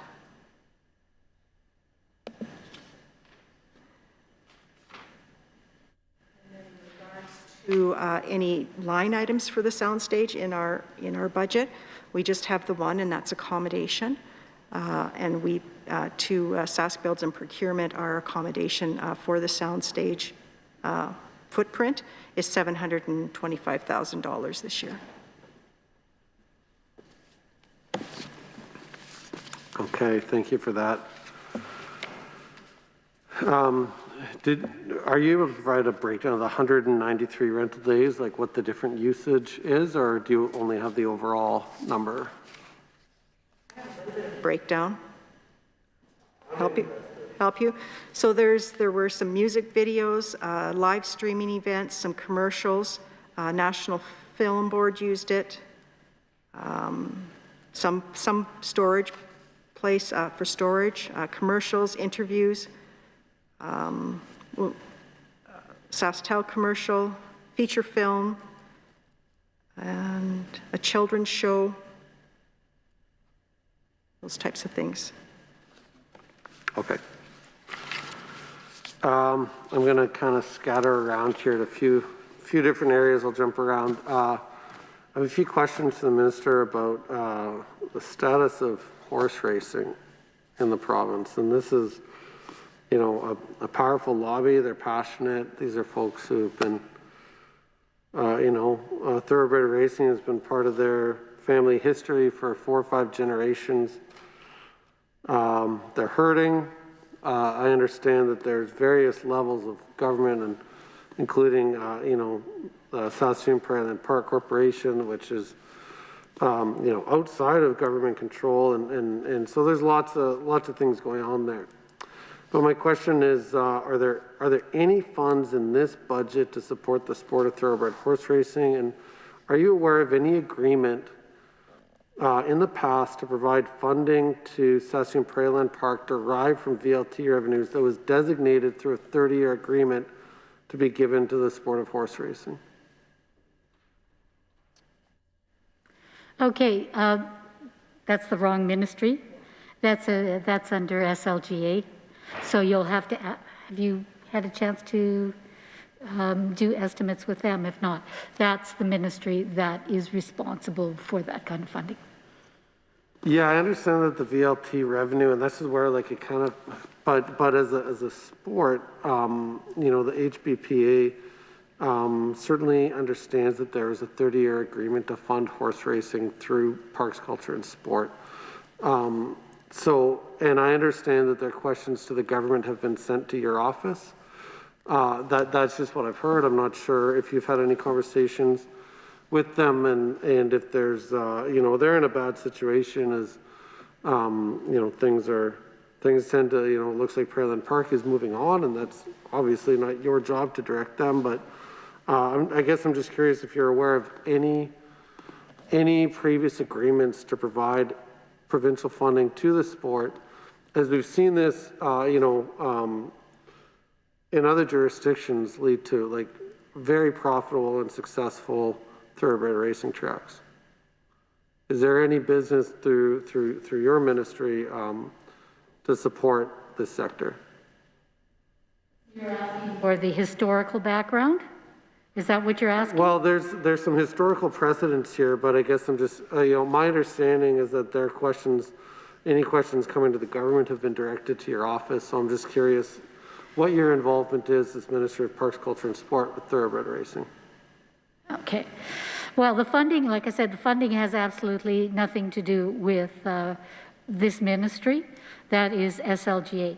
Now, I have had the opportunity to have a conference virtual meeting with the individuals who have been working very hard and very diligently on lobbying both provincial and municipal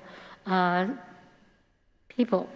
So, but one of the things is that their agreement is with Prairie Land, and that is a city of Saskatoon. And so what I have asked them to do, and we have had some really good conversations, is that they need to talk to their mayor of Saskatoon, and they need to talk to their city councillors. That's who they have to have the discussion with, because Prairie Land has where the horse racing took place, has the relationship with the city. The province has nothing to do with the Prairie Land and the city of Saskatoon. And so because of that relationship that they have with Prairie Land and the horse racing, that's a city of Saskatoon. And so that is where I've directed them and helped them out with pointing them in the right direction of how to go to speak to their mayor. And in fact, had a conversation with a couple of people today, and they have a meeting with your mayor, Charlie Clark, tomorrow. So they were feeling quite good about finally having an opportunity to sit down and have a really good discussion with their city mayor, because they hadn't up to now had that discussion. They really hadn't had the discussion either with the city councillors. So we pointed them in that direction because that's where they need to focus their energies. Yeah, I hear what you're saying, and I'll also note, I'm also the critic for municipal affairs. So I often do correspond with municipal officials on things like this. And you know, the city of Saskatoon doesn't provide any guidance to Prairieland Park as far as how they run their operations. So there's kind of a, you know, a tough situation that I think is leading to, you know, the folks being hurt through this or the jobs that will be lost through the sport of horse racing.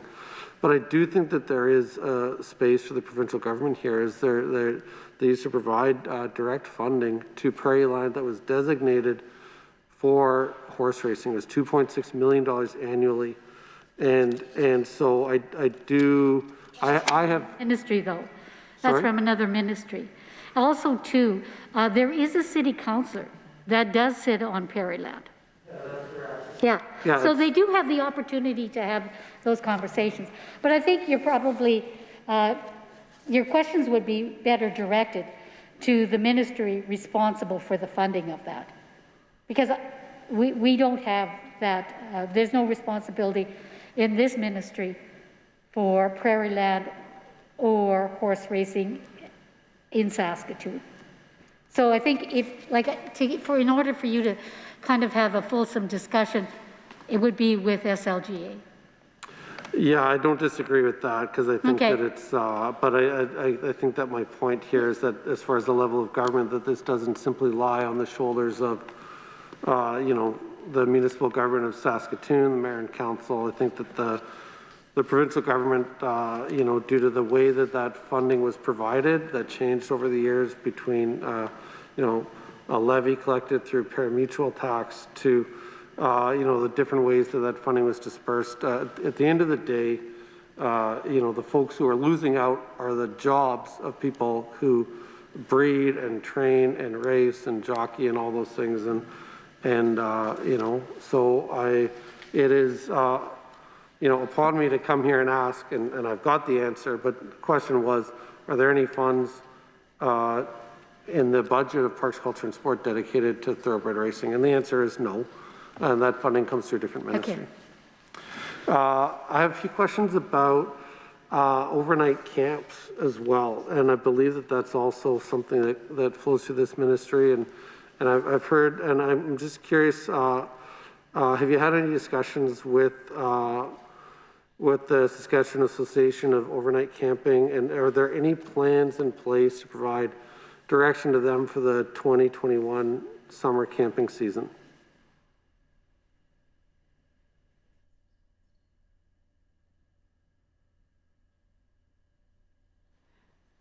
Again, so any questions or concerns that our stakeholders have in regards to COVID restrictions and regulations all goes to the one centralized area within government, the business response team. So again, that's where I think you'd get a better answer.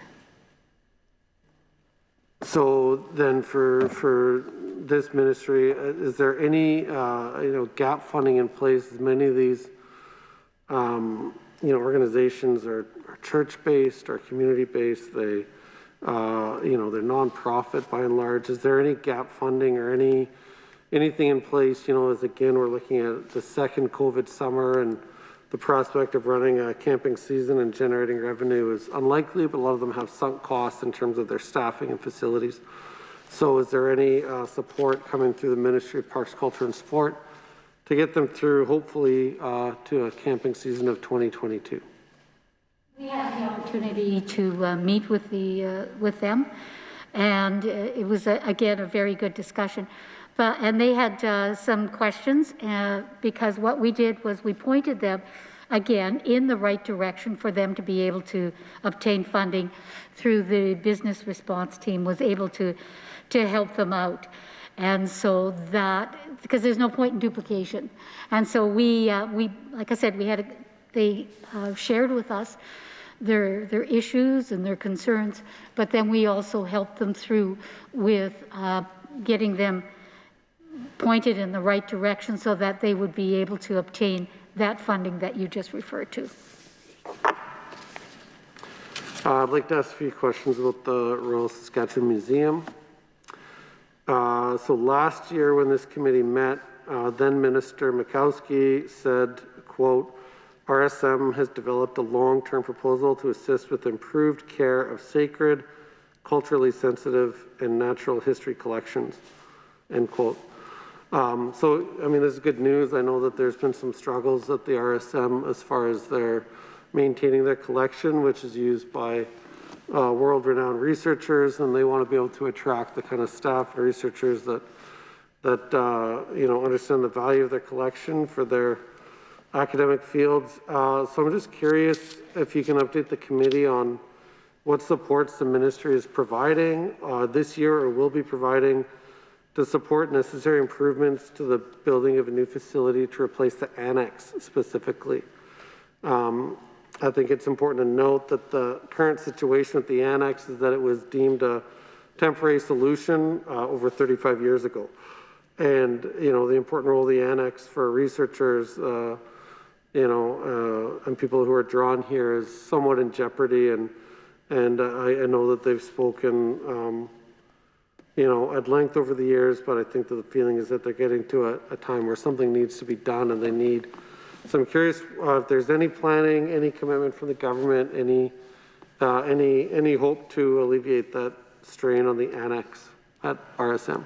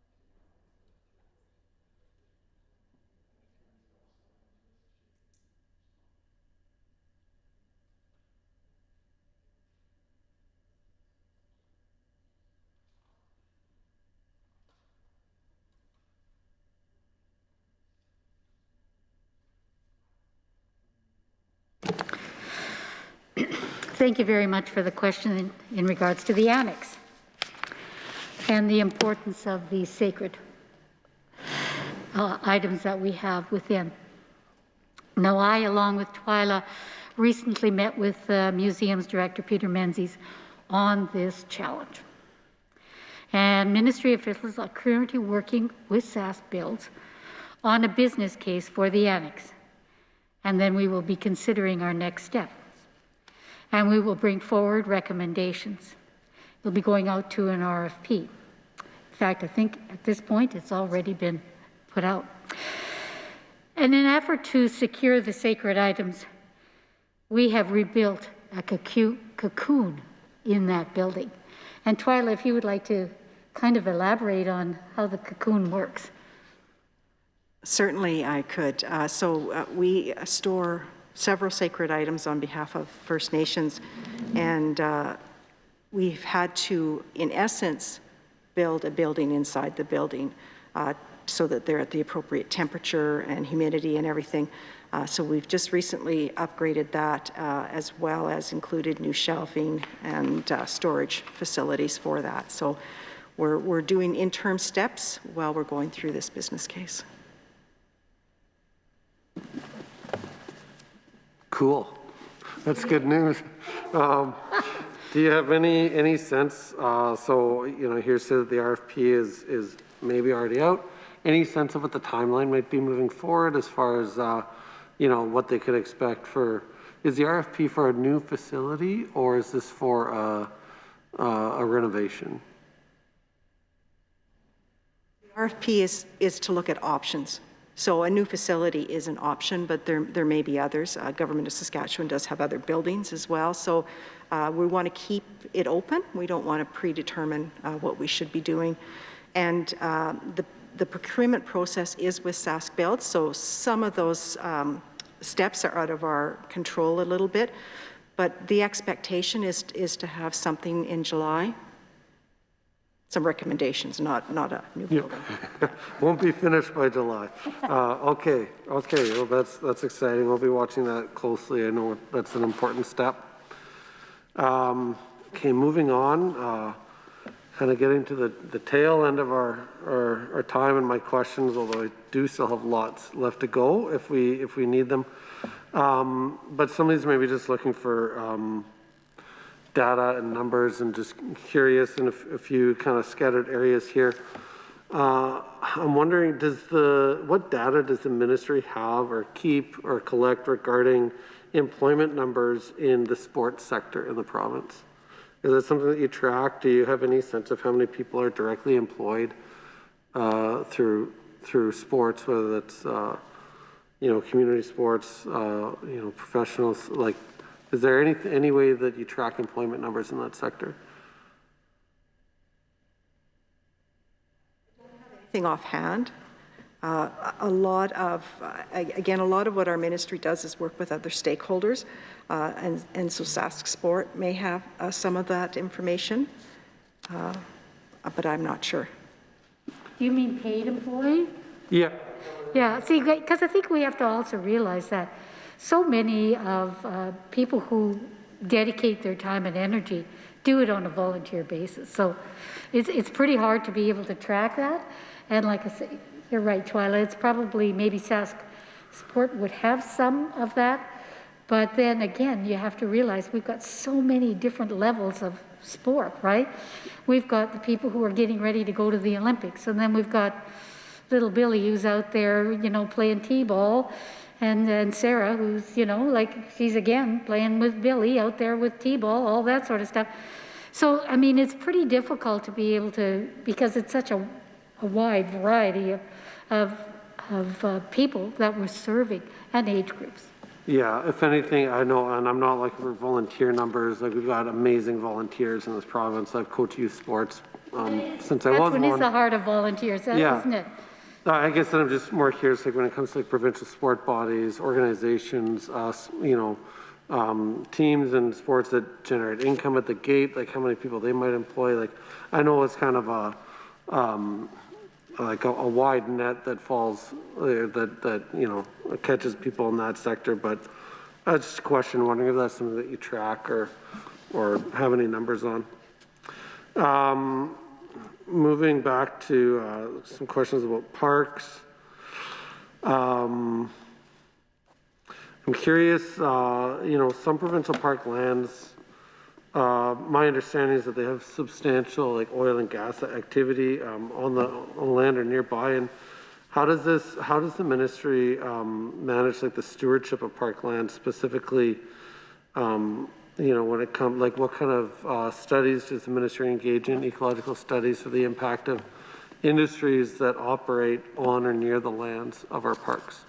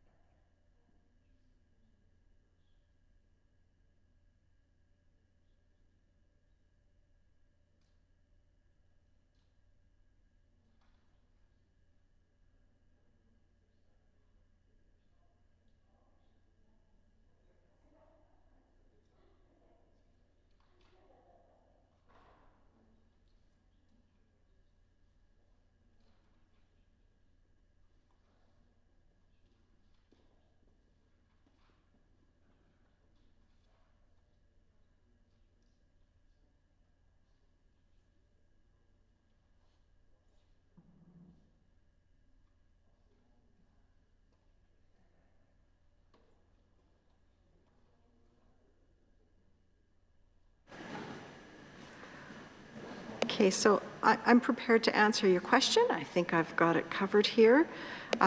We have a specific branch within our ministry, the Landscape Protection Unit branch. They review any of the land use permits or requests that come in, and then they sign a lease with certain stipulations on it, and if appropriate. And all projects actually go through a work authorization process as well, and the permit provided. So maybe along the same vein, I know that, you know, as you've mentioned, that one of the goals of the ministry and Parks Saskatchewan is to increase visitation, increase number of visitors, and I think we've seen, you know, a lot of that in the last year as people stay close to home and people are getting out and exploring the province. How does the ministry track the impact of those increases, increased visitation, use? How do we track, you know, the human impact of those visitors on the ecosystems, you know, and the impact of that on land, wildlife, water? How does the ministry you know, but certainly I'm not arguing against increased usage, but just how do we watch that, track that, and monitor the impact on the natural environment?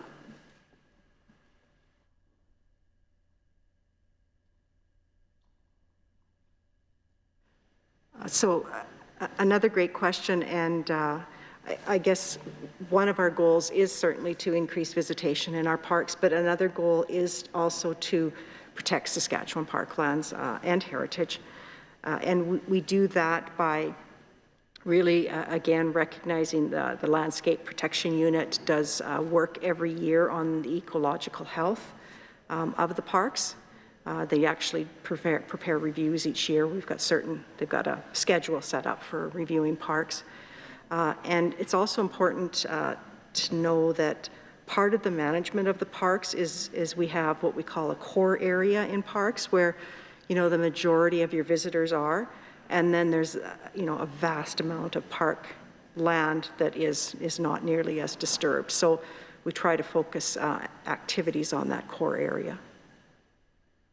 So I guess just like to have the impact kind of concentrated in a small area instead of more widespread impact in the surrounding area. You know, I think it's okay. I guess I'm just summarizing what you're saying, that part of the strategy is to localize the impact in a smaller area to preserve the wider park area. That's okay. Part of the strategy, okay. For sure. Yeah.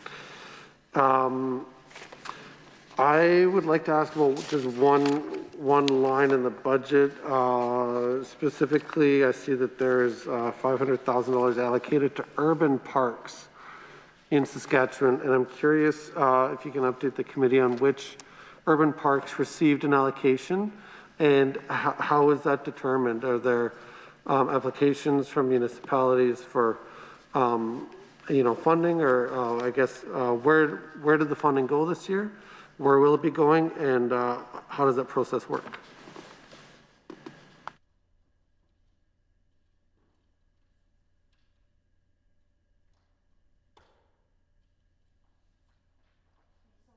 The funding you see in the budget is for Meewasin Valley Authority in Saskatoon. It is funding that has, it's been a consistent level for several years at that rate. And the reason it goes to the Meewasin Valley Authority really because it supports planning and conservation activities that occur on Crown lands included in the Meewasin Valley Authority Park area. And so we're covering costs for education, development, and resource management of that park. Okay, so just from my understanding in the future, the urban parks allocation is just the Meewasin Valley funding from the, okay. I didn't know that, it's good to know. Another question that I have for the minister is, I'm just curious if you can update through Well, I guess it's really as a whole for the ministry. How much funding was received by the ministry from the federal government for COVID-19 supports? So when we look at the estimates from this year, how, does any of this funding originate at the federal government as far as like, yeah, COVID-19 supports and funding that's come to the province?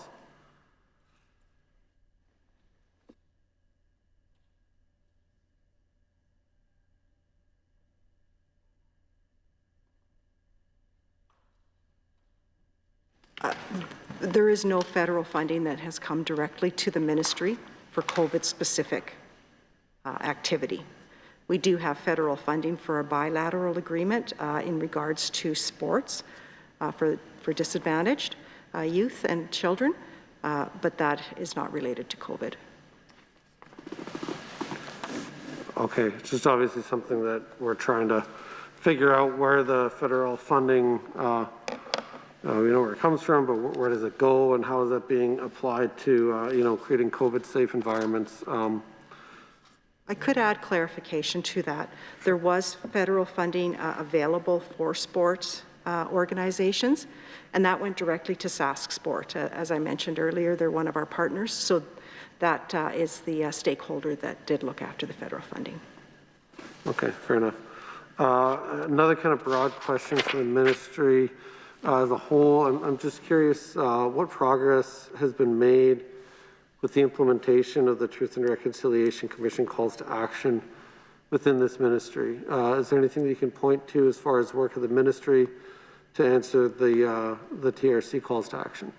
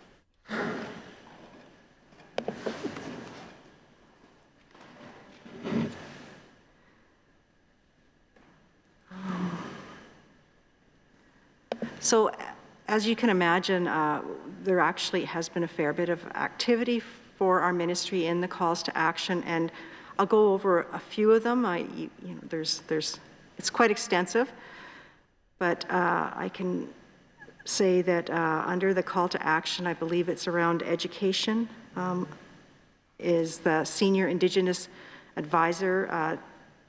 We have that has developed 2 Indigenous awareness mini sessions on topics in regards to introduction to culture and protocols and terminology. And the senior leadership team of Parks, Culture and Sport attended both of those sessions.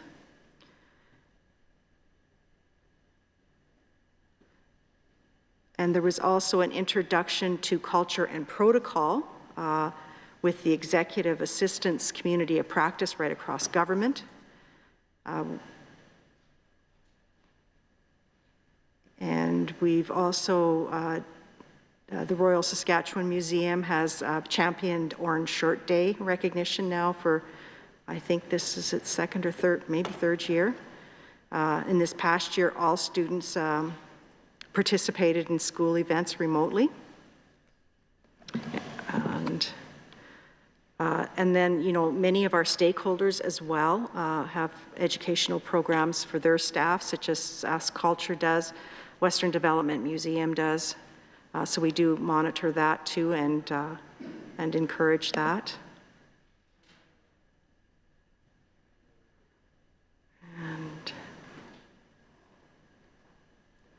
And again, stakeholders also do some features on Indigenous sports histories, that type of thing.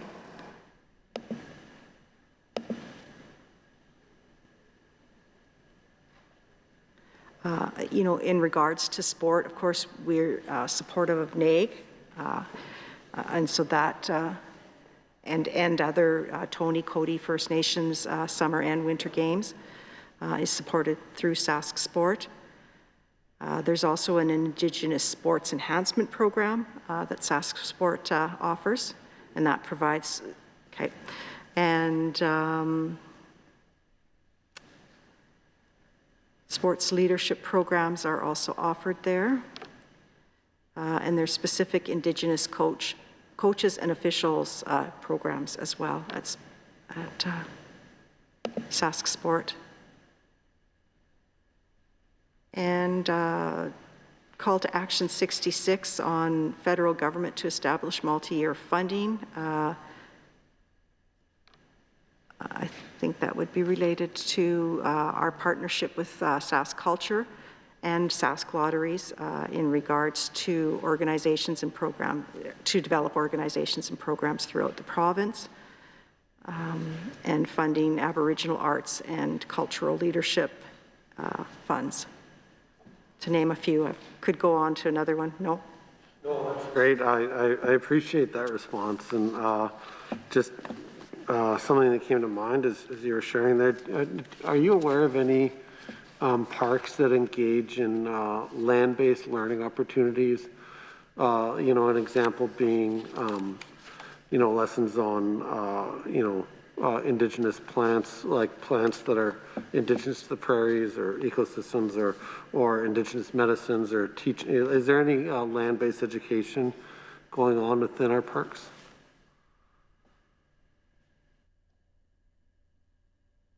We're into Indigenous or just all land-based? I guess I am referring to indigenous land-based education.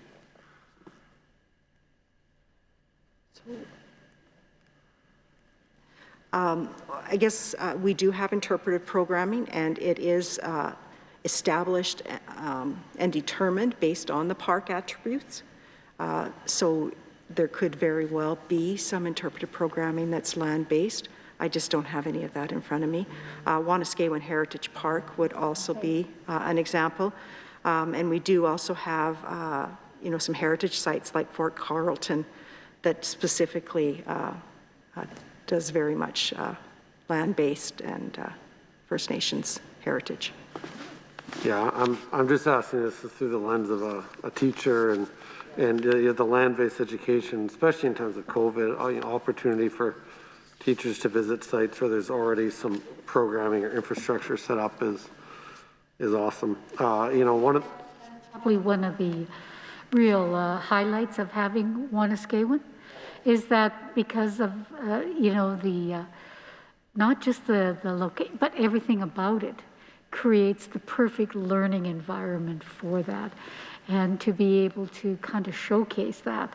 And like you say, have your school groups, but also our tourists come and really gain a real fulsome understanding of the history of this province.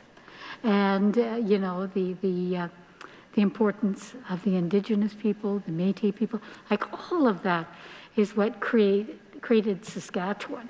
And so I think we're so fortunate to have a facility like that that really, really just encapsulates what we can showcase to not just our students and our province, but to the world.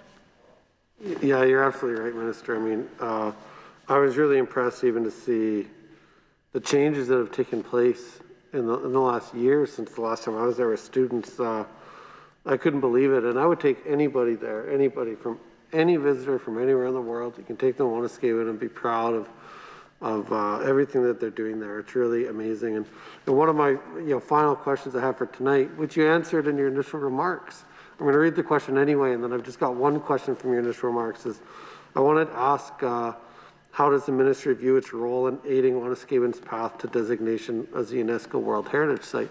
You answered that, and I thank you for it. But I guess just one of the things that you mentioned, and this is something that stuck out to me, I wasn't familiar with it, but you said that the ministry, or I'm not sure how, if you could clarify, I guess it's just out of personal interest here, that there was a hiring of UNESCO World Heritage staff. Was that hired by the ministry, or was this funding provided to Wanuskewin? Can you just tell me a little bit more about that? Because I think it's such an exciting thing. I'm just curious where we're at with that. That's an HR question, and I'd like Twyla to answer the HR questions. So it actually was a one-time funding to Wanuskewin Heritage Park for them to determine what type of consultant they needed to initiate the paper for the UNESCO proposal. Great. So we just, you provided the funding, and they took it from there to hire a consultant to help moving that Correct. forward.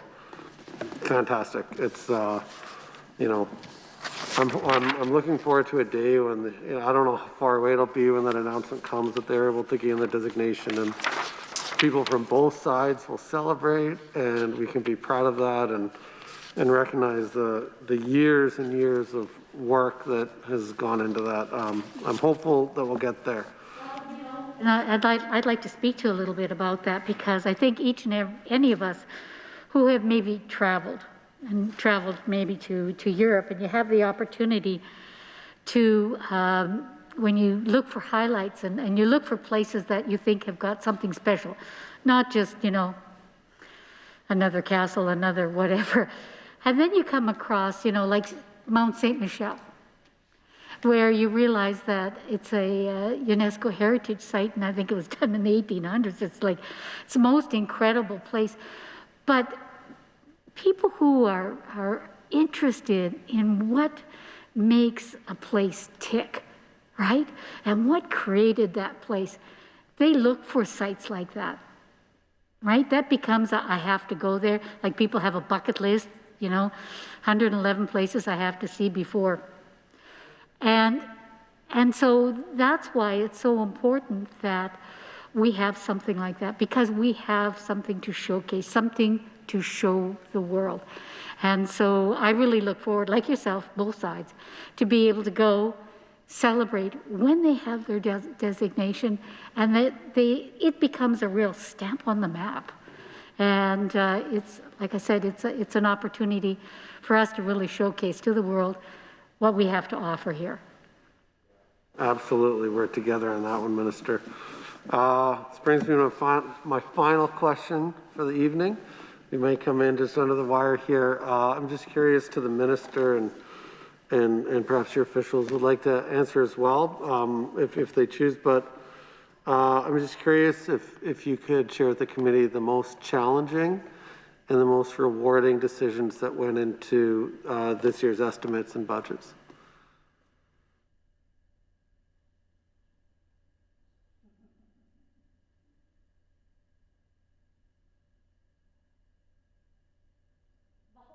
experience has been rewarding. And there has been challenges. With COVID, it has absolutely, and I think I probably mentioned this in my speech in reply to the budget, is that everything we've done, we've had to look at it and then kind of overlay the ramifications of what happens with COVID on that. So what we've done is we've worked really hard to put forward a budget that really speaks to people in this province, how we can absolutely work to protect our people in this province by doing things such as our sanitation in our parks and things like that. All those things, they're very carefully thought out, but there's a dollar to it, right? And so all of those sort of things we've had to undertake. Then, we looked at some of the programs that we implemented in the budget. The rinks. Now, and I think you've probably heard me talk about, I grew up in the Springside curling rink, because that was a very important facility to that town and to the greater community. I grew up on a farm not far out of Springside. And so when we sat down and did the rink program, to be able to provide them with a little bit of money, that was very rewarding. The emails, the phone calls coming in thanking us, because it may not seem like a huge amount of money, but it really helped them. And then when you look at how do we put some money back into people's pockets, and that's where we did the child benefit. Again, to be able to ensure that children have the opportunity to participate in sports, cultural, dance, all of those things, it makes for a healthier child mentally and physically. How can we help? We help by giving them a tax break. So all of those, a tax rebate. So those things are, like I said, those were so rewarding. And then last November, watching Remembrance Day on TV, because it was totally different. We didn't all get to go and put our poppy on and go to the cenotaph or go here in Regina, the Brand Center. I'm not quite sure where you go in Saskatoon. Is it TC Place or wherever? But School assembly. Okay, so like everyone has the opportunity to gather and celebrate and remember and thank the people who did this on our behalf so that we have the ability to live the way we want in this country. And I listened to the interviews of those veterans talking about how they needed a little help for their Legion halls, right, for the AMVETs. And then again, it's like a cornerstone in so many small towns and in our cities.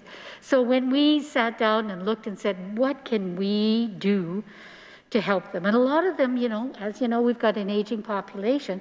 So we have to be able to make sure that the funding we provide will go to capital projects like accessibility, maybe a new roof, maybe having a new furnace, things like that, to ensure that the viability of those centers remain.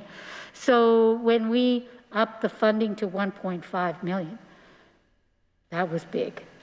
It was very big, because it really, and again, we had the opportunity to speak to the stakeholders, and they said, you don't realize, and I said, I think we do, and they said, it's a game changer for them, because so many of them, they're on limited resources, but it's also, like I said, those facilities are a cornerstone. They also are providing so much mental health services for their membership, right? So they need a place to go, and they need to be able to just maybe share. And so when we put that into the budget, that again was some of the most rewarding things. And then the work that we're going to be doing in our parks, right? We're going to be building a new campground at Cypress Hills. Now, I don't know if you've been to Cypress. Have you been to Cypress yet? You gotta go. It is the best place. It's heaven on earth. It absolutely is. It's just such an incredible place. And so how do we ensure that more people can go? Well, we are building a new campground there. How many spaces, Twyla? 65. 65 spaces. So that means that at one time, at any time, 65 families or individuals be able to come and absolutely get to experience one of the most special parts of our province. And as a teacher, you probably know all about Cypress Hills, and what makes it so special is because the last ice age, that part was not covered. So it's got unique fauna and flora there that you absolutely do not find in any other part of this province. And like I said, we have some of the most incredible parks, and yet that one is so special. And so I encourage you to go. But that's why we made that investment, because it is a place that people need to go. We have the Regina research station out there in the park. And a lot of those grad students, they're international, national grad students that have the ability to then interact with the visitors to the park. And they did an event, not last year, the year before, because last year was, and a couple of grad students were going to do a presentation on Cypress Hills. And they thought, well, maybe 50 people would come. Well, Twyla, how many people did they have? I think they had over 200 people show up. And these were campers that were there. And they absolutely, they didn't want to go home. They didn't want to go back to their campsites because the experience that they got to share. So those educators, those grad students got to do what they do best, and that's share their knowledge and their information, but also got to share the wonders of that park. So like I said, my job, I love my job, to be able to, and to talk to artists from across our province. And as you know, I have great respect for people who hone their craft. And so talking about the budget, it was a tough budget, but this ministry, it's gold. It absolutely is the one where we get to go and we really get to have the ability to make people feel good about living here. So that's the best part about my job, I guess.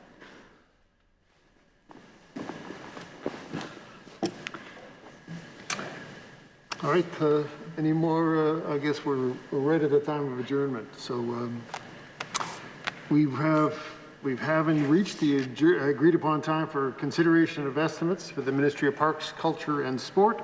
We'll now adjourn consideration of estimates for the Ministry of Parks, Culture and Sport. And I'd like to thank you, Minister, and your officials. Do you have any closing comments? And then we'll give you an opportunity to close as well. Okay. Well, thank you very much. I'd like to thank Member Love for the insightful questions and the opportunity for us to have a really good discussion, share ideas, and for us to be able to tell you about the wonderful work that this ministry does. And I must thank the ledge staff here this evening for, well, it's late at night, 9 o'clock, but also the committee members. Thank you very much for attending, and yourself, Chair. But also, I'd love to be able to thank in person, but we can't, but we can virtually thank all of our support staff in the ministry. They have been very supportive with helping us with our questions. Thank you, Twyla, for being here. Carter, we've got Ty in the back room. You know, preparing for this takes a whole group of people. And being able to make sure that we have a fruitful discussion, not a confrontational discussion, but a fruitful discussion and fulsome discussion. And I really thank you for your insightful questions, but also your interest in what we do within this ministry. And I must say, we are so well served. Everybody's going to sit here and say, I have the best people possible working within the ministry. Well, you know what? They're wrong, because I do.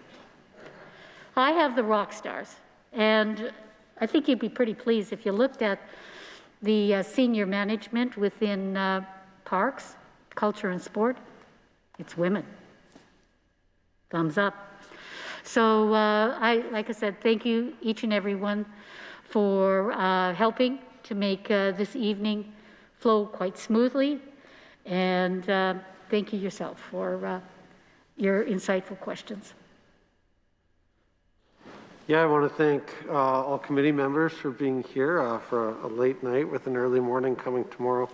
I want to thank all the officials who are in person or joining us virtually. And, I want to echo, many of the comments from the minister. I think that by and large, the work done, the direction of the ministry is something that's discussion people value greatly, and it provides us with a vital service, probably now more than ever. And I know my family enjoys that, as do thousands of families and individuals in the province when we get to take part in the best our province has to offer in terms of our parks, our culture, and our sport. We will continue to ask questions from our side in opposition to make sure that that our public dollars are well spent and that people are getting back to work in this province as we recover from COVID-19. And so I thank you for the fulsome discussion and for the the back and forth exchange of ideas we've had tonight. So thanks again to our chair, and thanks everyone for staying again late tonight. All right. This concludes our business this evening, and I'd like to ask a member to move a motion of adjournment. Mr. Ottenbright has moved. All agreed? Carried. This committee stands adjourned to the call of the chair.